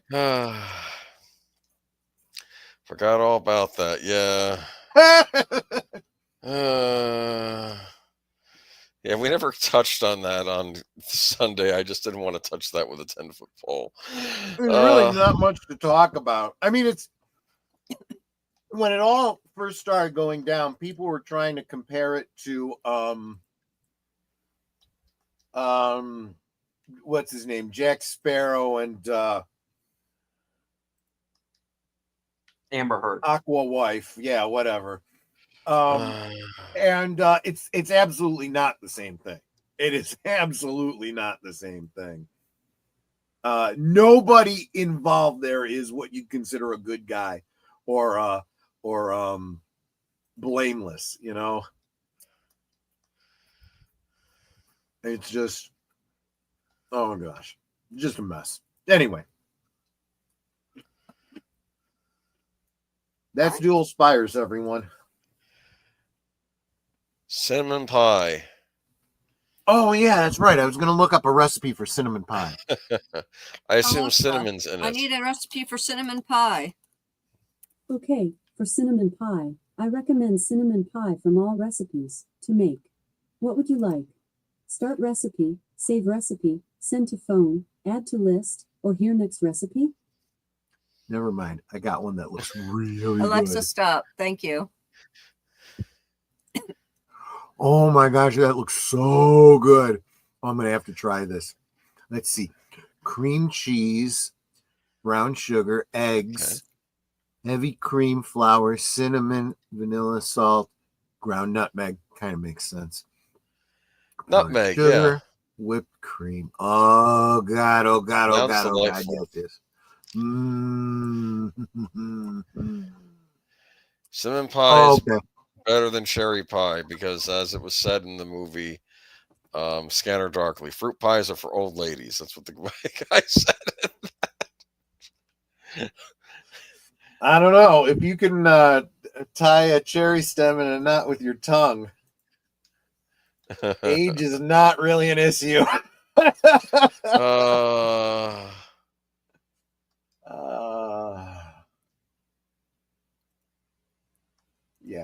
Yeah. I think there was a whole generation of boys that saw that episode and were like, oh. And some girls. Yeah, probably. Yeah. What did I think of the first episode I've seen? I liked it. It's fine. It's of course it was cheating because they were referencing Twin Peaks. So of course I was going to like it. But yeah, we'll have to see how the rest. I'll have to go back and find it and start watching the rest of the episodes. Yeah, unfortunately, his father got almost no airtime in this episode, and the detectives just enough for you to know that he's involved with the blonde, obviously, and heck, the chief from the department didn't even show up in the episode, but she went off to have a baby, so that could have been during this period. I can't really remember, but yeah, it's and knowing you the way I think I do, deleted scenes, I really do believe you would like this show, so it would probably be worth it for you to check it out. Is that on Psych USA? streaming? It was on USA. Yes. I don't know where it's streaming now. Let's see. JP's saying Amazon Prime. It's on so- Apple TV, apparently. Apple TV. Okay. It's on Peacock with subscription. It's on Amazon Prime with subscription. Is it on Amazon Prime? Like I could actually watch these episodes? Yes, I could. It's Look on at that. Amazon Prime. What do you know about that, George? So I don't even know if you have any of those options, but I do. Yeah. if you decide to go the Jack Sparrow route, it's out there too. So just saying. Speaking of Jack Sparrow, we're going to have some news potentially this Sunday about Jack Sparrow. Yeah, there's some stuff floating around about a certain pirate of the Seven Seas. I may also send you an article just because I've been gagging to do some Star Trek news. And it's equally rumor in the works kind of thing. There is a script going around for a revised or return to Star Trek Enterprise to pick up that story, starring Scott Bakula, and he's on board for it, or at least he's interested in it. Okay. So I'll send you an article about that as well. Because I gotta tell you, they need to they need to get away from Strange New Worlds pronto. They just insulted Gene Roddenberry in the original series with one of the most recent episodes. That's why I brought up this. Now this is doing Again? a parody. No, they did it where like the actor who plays Kirk on is doing a bad William Shatner imitation on like this fake science fiction show from the 60s. Oh yeah. And Shatner had some. He was not choice happy things to say about that. And he wasn't even witty about it. He's like, I'm getting tired of this stuff. This is just insulting. And the point is that you can have like this where it's a loving tribute and still comedic, or you can have it where Right. it's a comedic Well, but really insulting This is to the where original thing. That was I honestly think this is where even their fan base, they're going to start losing. Because remember, I don't care how wocoso you are. And I know a lot of the even what's his name, the Robert Picardo and Tim Russ and some of these toxic actors that are involved in Star Trek are going to start looking at this and going, in 10, 15 years, are you going to be doing this to me? This is, not cool. It's one thing to push an agenda, push a message. It's another thing to start tearing apart our fellow actors. And Shatner's still alive and well too. So I know, but this is what I've always tried to tell these cultural vandals. It's like, you think you're on the right side of history. Just remember, every generation has believed they were on the right side of history. The same ones you're demonizing. So, I hate to tell you this, but 30 years, 40 years, 50 years from now, you will be the ones that are being vilified. Of course, they can't see it because they're inside the forest. They can't see the damn trees. It's ridiculous. But anyway, I was happy though that they dual Spires was a loving tribute. And this is why we're revisiting things that we love, right? Because it's so frustrating. the things that they've ruined. But I believe that there's a bunch of people here that have been watching along all of this Twin Peaks lore and stuff. Maybe you never even watched Twin Peaks until you watched it with us here, you know? Yeah, forget her too. Forget all of them. You know, and to let you know, Nate, you might not know this story. I had a very infamous go around on Twitter with someone who is referenced in this episode, John Cusack, and yes. he blocked me. So Wow. yeah, I know, and there have been a couple of others over the years who have blocked me as well. But yeah, so I've been there, and whatever, you know, they can do whatever they want between coke binges and whatever else they do behind closed doors, you know. Yeah, exactly. I did like that line though. Like that time I found a picture of John Cusack in your bedside drawer. It was Joan Cusack. Oh, that makes more sense. And I'm sitting there going, but not much. No. Remember her from one of the Addams Family Sorry, movies. Debbie.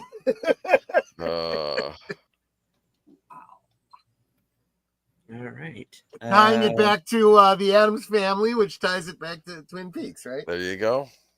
All right. Flappy wanted to be part of the show, but he couldn't get insured by the studio because of past scandals. Yeah, well, you know, he made his bed. I'm just going to say this, all right? It's...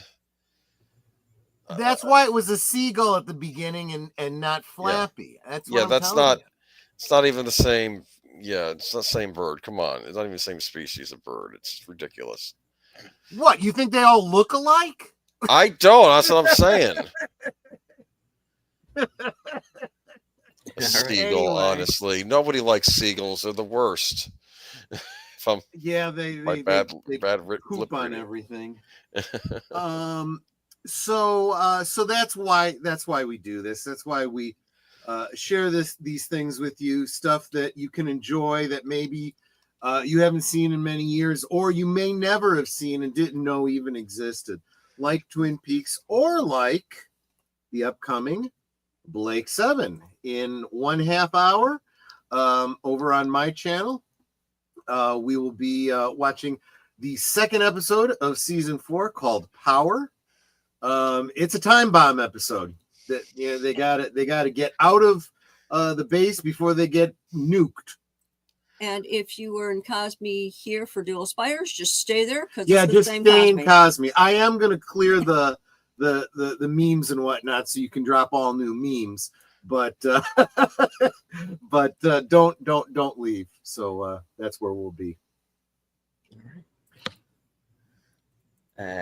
Nate did drop another $2 super chat.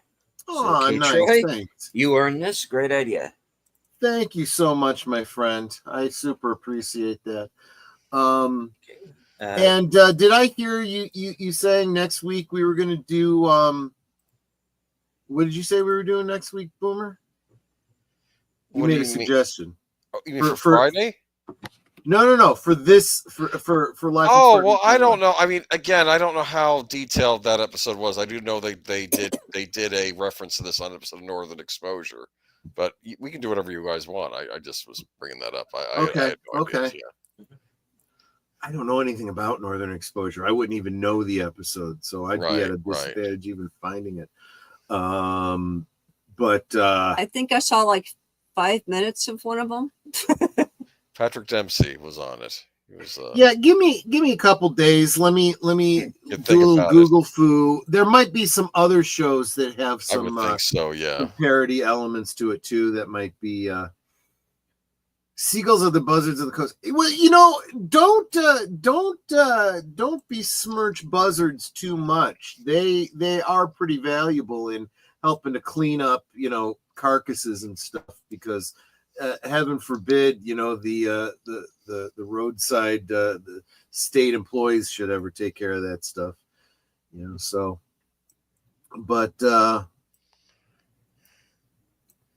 is there another one like this week. Yeah, we got to think about it, JPRPH1. We love Northern Exposure. Yeah, I'll tell you what, Boomer, if you've got the time tomorrow and you could tell me like season and episode. Yeah, I can find out for you. Sure. Yeah. Yeah, and then from that I should be able to find the episode. I could do that if you'd like. And like I said, I'll look at a few other things. See if I can't get like that Simpsons episode, because we'll have to do that. Damn, we also need to do the sketches from Saturday Night Live from during the time that Twin Peaks was on, where Kyle MacLachlan was actually a guest on the show. So yeah. So I'll try to pull those together for next week.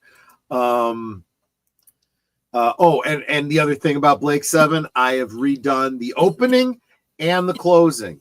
That's why I was actually almost late for tonight's live from Sparkwood 21. But I am very proud of them, and I hope you like them. You're gonna have to update my members. I got a new one. Well, that's not a bad thing. That's not a bad thing. And tomorrow I will be hanging out with the Tired Midnight blogger, voice of Northern Oklahoma, Nothing to See Here citizen, over on his channel, because he said he wanted to interview me. I told him I'm not that interesting, but he said that's okay. I'm hard up for something to do. So I said, okay, I'd be happy to. Cool. Well, you must be desperate. Yeah, that's what I said. So I'm going to be hanging out with him tomorrow at 1 Central, immediately right after Liquid Lunch. So if you come over to Liquid Lunch tomorrow, just stay with me and I'll chauffeur you over there. Writer Albert Lanier has joined us in the chat. Says, I would like to have seen a Psych and Mentalist do crossover episodes. I had said that too. I had absolutely said that too. I'm like, these two would be perfect. What? I could see them not getting along though, like having the same shtick but very different personalities, Yeah, exactly. In fact, I'm pretty sure there was an episode of The Mentalist that kind of took a poke at Psych.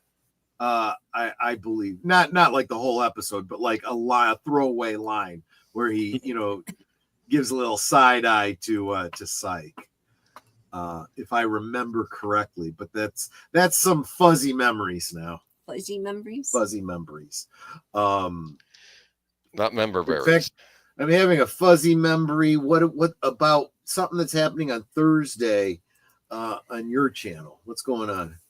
Well, we're going to have, of course, I always have very special guests, but this special guest has a very special thing that happened to them. Wilkie's Movies and Music just got monetized. So we are celebrating that with them. And we'd like you to all join us so that you can help celebrate too. Yep. And then I was just going to say, in fact, I am his top tier member. So stay tuned, because he and I might be doing something here in the future. There you go. And Wade is saying he wants me back. I can't imagine why, but I'm here and you know how to get in touch with me. So if you really do, just let me know. Friday, Northern Exposure, the entire series was considered a comedic version of Twin Peaks. I didn't know. Yeah, it was. I've heard people say that, but I think that's almost taking away some of the comedic elements of Twin Peaks. It kind of in and of itself was. I guess people tend to think of it more of as a drama with comedic elements, but I saw it as almost as much a comedy as a drama. Oh, for sure. Know? And there actually is a someone who has Twin Peaks and Northern Exposure in common now, and that's Grant Goodeve.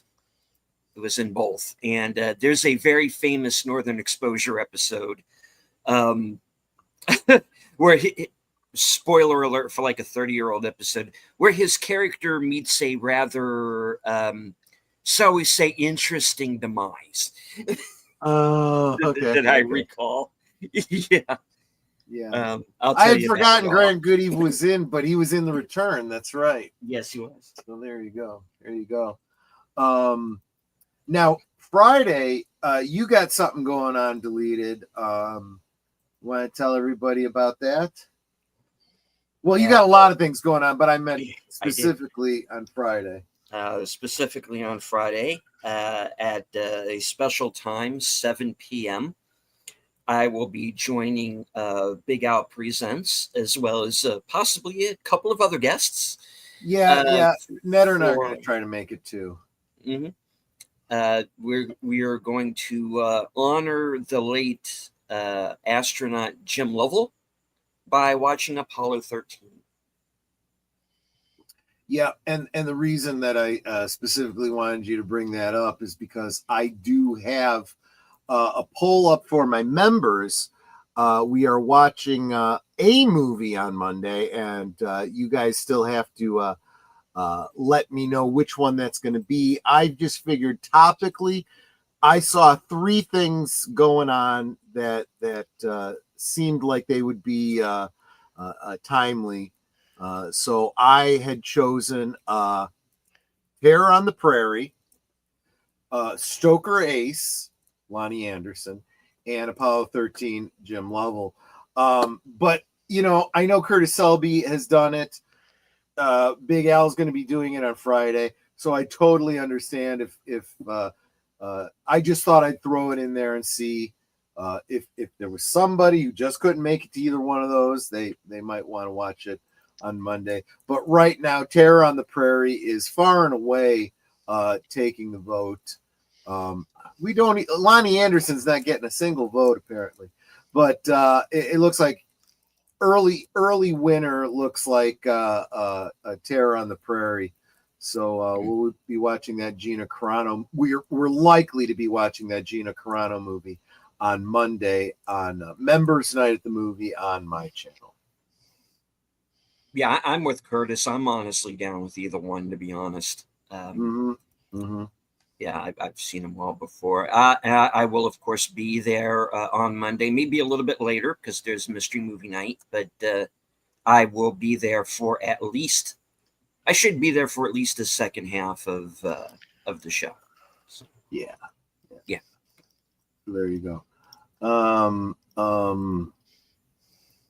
Oh, Saturday's movie. See, I don't think a lot of people, even though I've done the promo and everything, most people don't even realize what the movies are for Netter's Retro Cinema. So it's actually a double feature. It's 2 films. It's The Gamers and the sequel, Gamers Darkness Rising. It is an independent film that they were both crowdfunded. We bought the first one because we didn't know about it. We got it at a convention, and we got it signed by the people that worked on it. We then contributed to the crowdfund. And for what the was second cool one. about seeing it at the convention is they were showing it up on one of the big TV screens, like in their booth. Mm-hmm. And we stopped to watch. We're like, this is pretty cool. What is this? And they're like, oh, this is The Gamers. We actually created this. We're the creators, we're the actors as well, and all that. So we bought it then. And I'm sorry. I can't tell you how funny this is, especially if you've ever been a tabletop role player. If you have ever played like a game of Dungeons and Dragons or whatever, been involved in an ongoing role-playing game or whatever, you're going to watch this and you're going to go, I know people just like that. Every single character here, I knew someone like that. It's very funny, but pretty poignant too. They're actually really good films, but they're definitely the kind of thing that most people wouldn't have known about. This was not put out by any major studio or anything like that. So that's why we're bringing them to you. It is a double feature because the first one is just like 50 minutes. But together, it's probably going to run like 2.5 hours or something like that. So it's going to be a little bit longer night in that regard, but it is a double feature. So that's going to be Netter's Network Retro Cinema on Saturday at 9 p.m. And then the Geeky Geezers, that news show on Sundays at 8. Yes. Otherwise, everything else is deleted scenes. Yeah, He basically. never sleeps. We, of course, Wait, did you mention your Monday through Friday liquid lunches? I mentioned it in passing in there somewhere. all right. Do you want to say to Charlotte Knight Werewolf, who's joined the Hello. Hello.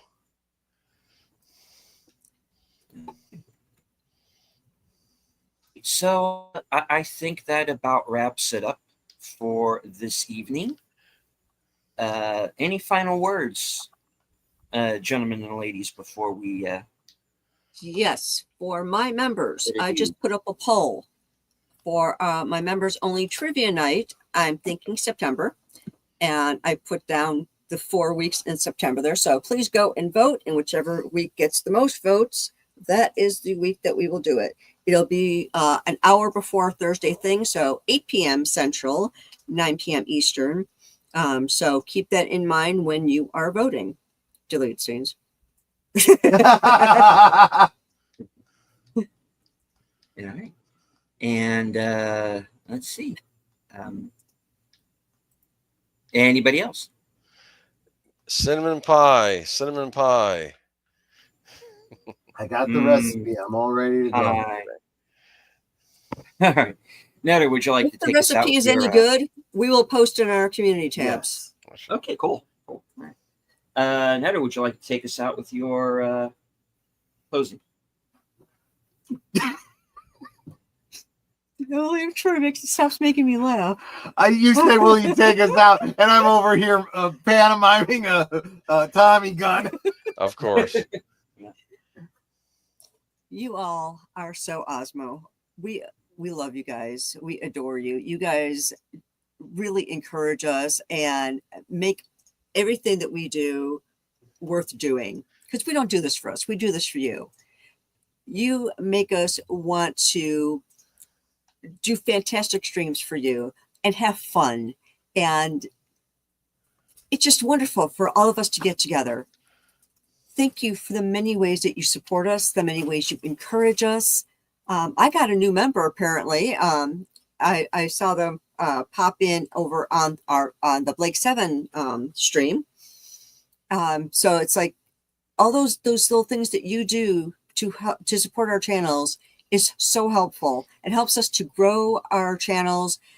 In my case, in Troy's case, is to get better equipment, because our equipment, some of our equipment support, like my camera, I need a new camera. I tried getting one. That one didn't work well, so now I'm looking for a new one. I also need better lighting for me. So things like that. And everything that you contribute to our channels goes right back into the channels. So you know it's being used for a good purpose. I said, you guys are Osmo. And frankly, I wouldn't want to do this without you guys. So I am so glad that you are here. And until next time, if you say right here, you will be redirected to the Lake 7. At least I know I've got the redirect. Honey, do you have the redirect? Mm-hmm. I don't know if Boomer, deleted, do you have the Boomer redirect? can't. Oh, Boomer can't. We need to get Boomer know. monetized, guys. So make sure you're subscribed to Aged Boomer. Make Thank sure you. you share out his stream. Make sure you watch videos on his channel, like on an endless loop, and hit that like button a bunch. Yes, absolutely. Thank you. Indeed.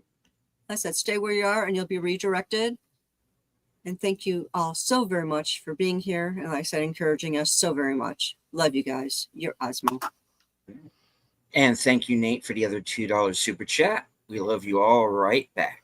And of course, hello to Emoji Queen, Lady Mist. Yes, if you are also watching on my channel, you will automatically be redirected to Troy's channel for Blake 7. If you are in Cosme, stay there, and you will be automatically directed there as well. So, as I say at the end of every show, thank you all very much for joining us. Those of you joining us on X, I can't see you, but I know you're there.